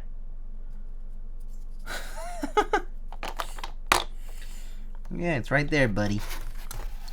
Right there. Just look at the layout picture. It's right there. It's just right there. Icon mod supremacy. I have to disagree. I can't say I'm a huge fan of these icons in particular, but that said, they do look modern. They do look different. Honestly, whatever.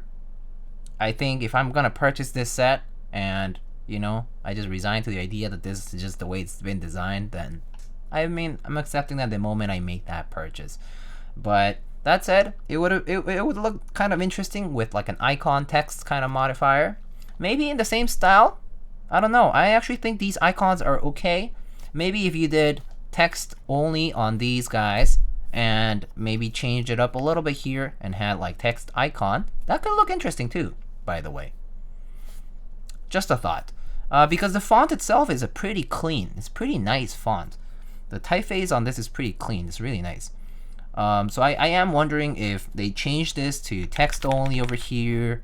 They did this text icon, caps lock text only, text icon, text icon, text icon, and then text, you know, like standard OG Cherry style. It would look pretty good too.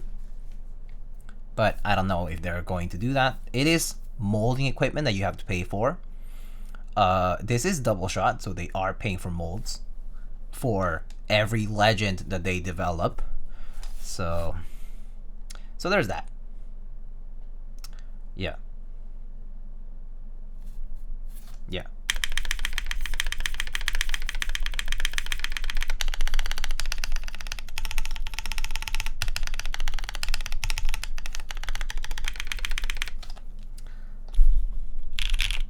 Why would they go with icon nav cluster though? Designer choices. That's not up to us to decide, so it is what it is. It is the way the cookie crumbles.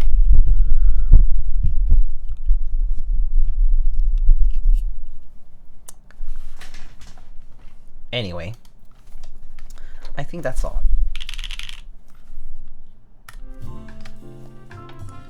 But yeah, this looks good.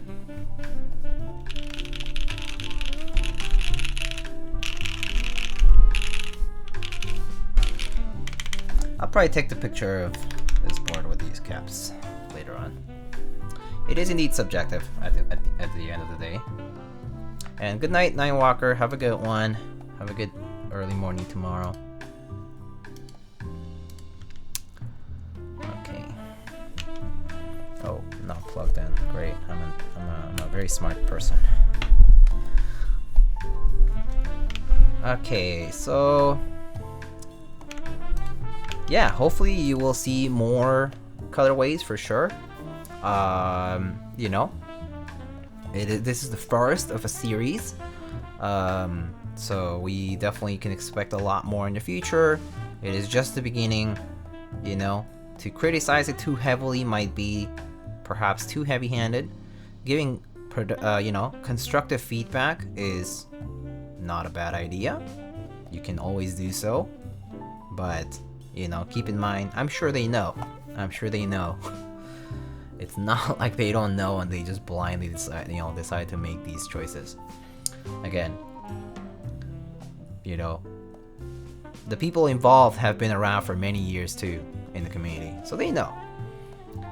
But I would say that these keycaps definitely feel very nice. They are nice and grippy, which is a little different from other key sets that we've seen. And they're very clean. So I personally am a fan of how they feel and how they sound and how they look, especially for the price. And you know, the compatibility included is great. These trays, okay, these trays are fantastic. Can I get like 400 of these trays or something?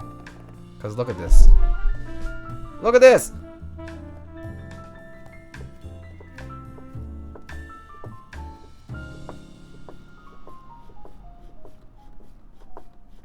Now bang the bottom? Okay. One keycap fell off. Great.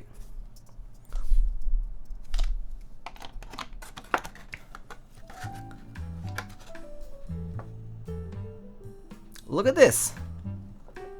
Do I need to give constructive feedback on this when it works? Look at this. They stack pretty nicely. Look how they stack. They have these nice notches on the sides. Boom. Boom. Whoa. And now both trays don't fall off. Look at this. Both trays together.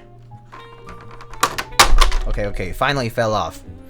But you get the idea. These actually do stack. Right? Like, this is nice. This is nice.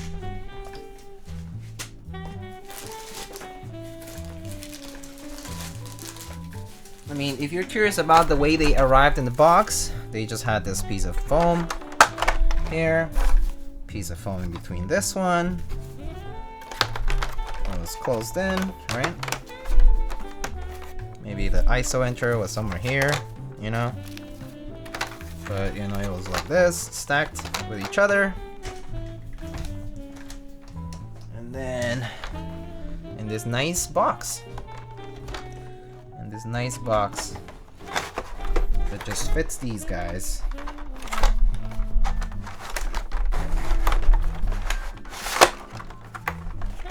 Boom.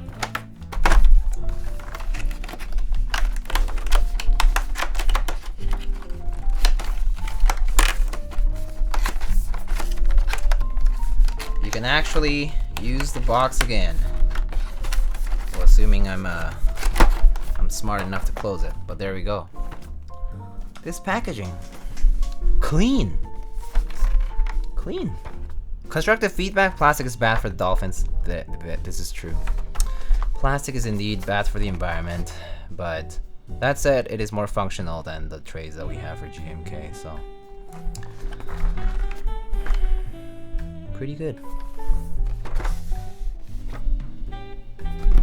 Pretty good. GMK trays are on another level of bad. Well, yeah, the new ones, yeah. And what have I missed? Okay, how does it feel the KFE CE? Does it feel close to JNV2? It uses the same mounting position, so yeah. As far as on a base level, the KFE does feel quite similar to most JNV2 plate compatible keyboards, which is there's like a whole list of them. Well, there's no set written list of them. There's just a lot of them nowadays. Like the Heine TKL1, the KFE, the Koala, the Whale, the JNV2, the JNV2C, the you know, the Jinsol, the you know, there's a lot. There's a bunch. What's the F13 key? Oh, this is the Keycap with the Monokei logo. It's a brass keycap with PVD.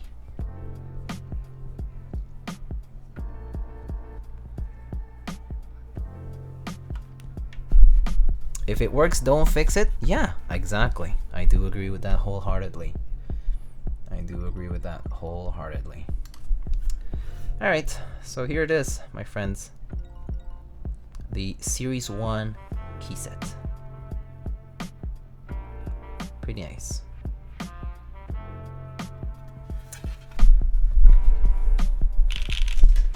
Oh, and if you didn't catch early in the stream, we also have our Heno Confetti Deskmat,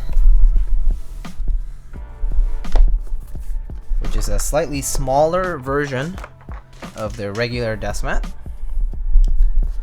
Fits your keyboard right there.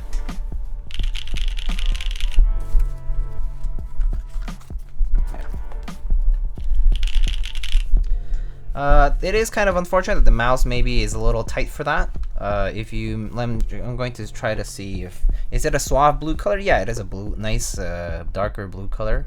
Let's see if I move the keyboard closer to the edge of the mat, I get about this amount of texture. I mean, this amount of texture. I keep reading. This amount of space for the mouse, which is okay. It's not bad, right? Definitely a good option for someone who prefers a smaller Deskmat. This is 64 centimeters by 36 centimeters in the 2 dimensions, and then 4 millimeter thick, just like any other desk pad. The texture is smooth, like a lot of the regular desk mats that you see. So it is smooth, high quality fabric.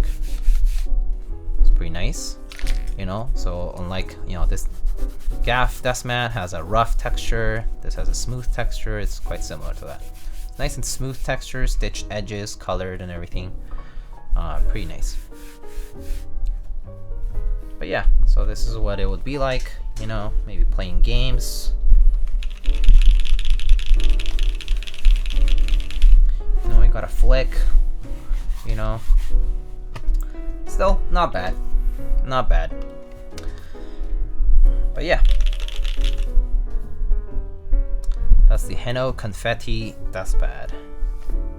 Am I going wild? Yeah, sorry. sorry. It's probably just me shaking a lot and probably spurting out words. Feel like it's too small for games? Well, then don't use it for games. Just use a bigger desk pad when you're playing games. Use a smaller desk pad for productivity. How about that? Or buy this smaller one and use it only for your mouse. And then maybe we get something else for your keyboard. You could do something like that, perhaps. Yeah, just mouse only.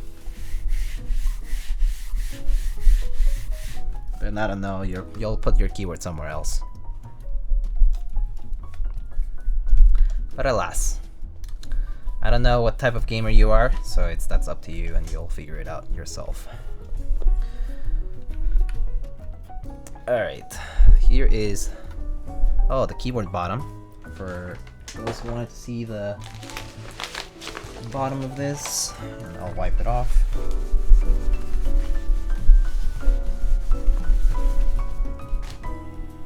There it is.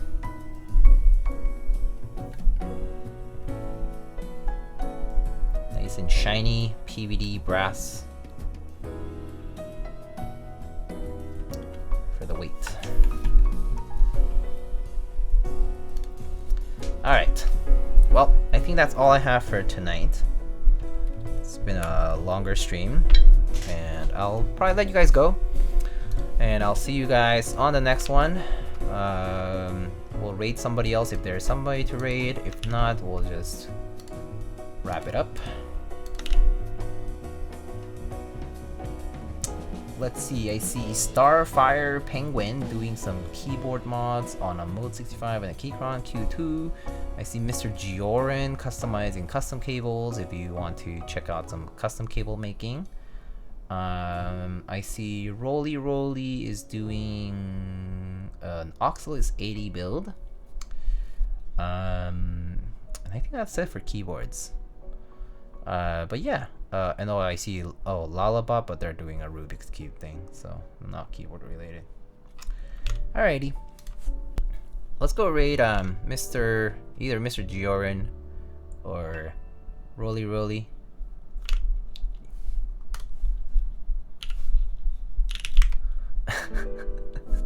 Oh boy. Alright, let's go raid Mr. Gioran. I think we haven't rated them in a bit.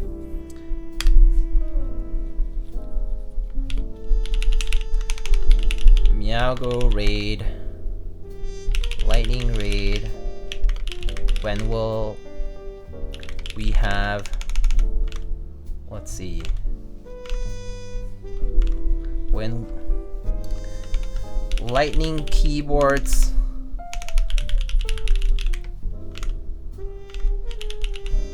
He's making a custom cable. So, Lightning keyboard custom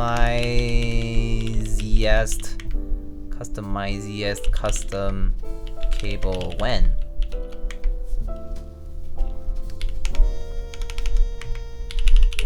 Meowgo Pog. Alright, friends. Thank you again for stopping by tonight. You suck at raid messages? That's fine. I don't care. All good. Alright, friends. I'll see you guys on the next one. I will probably be building a... Let me see what I'm building next. Actually, not sure. I might be building a Matrix ME or a Geonworks F2. But yeah, I'll see you on the next one. Take it easy. Have a good start to your week.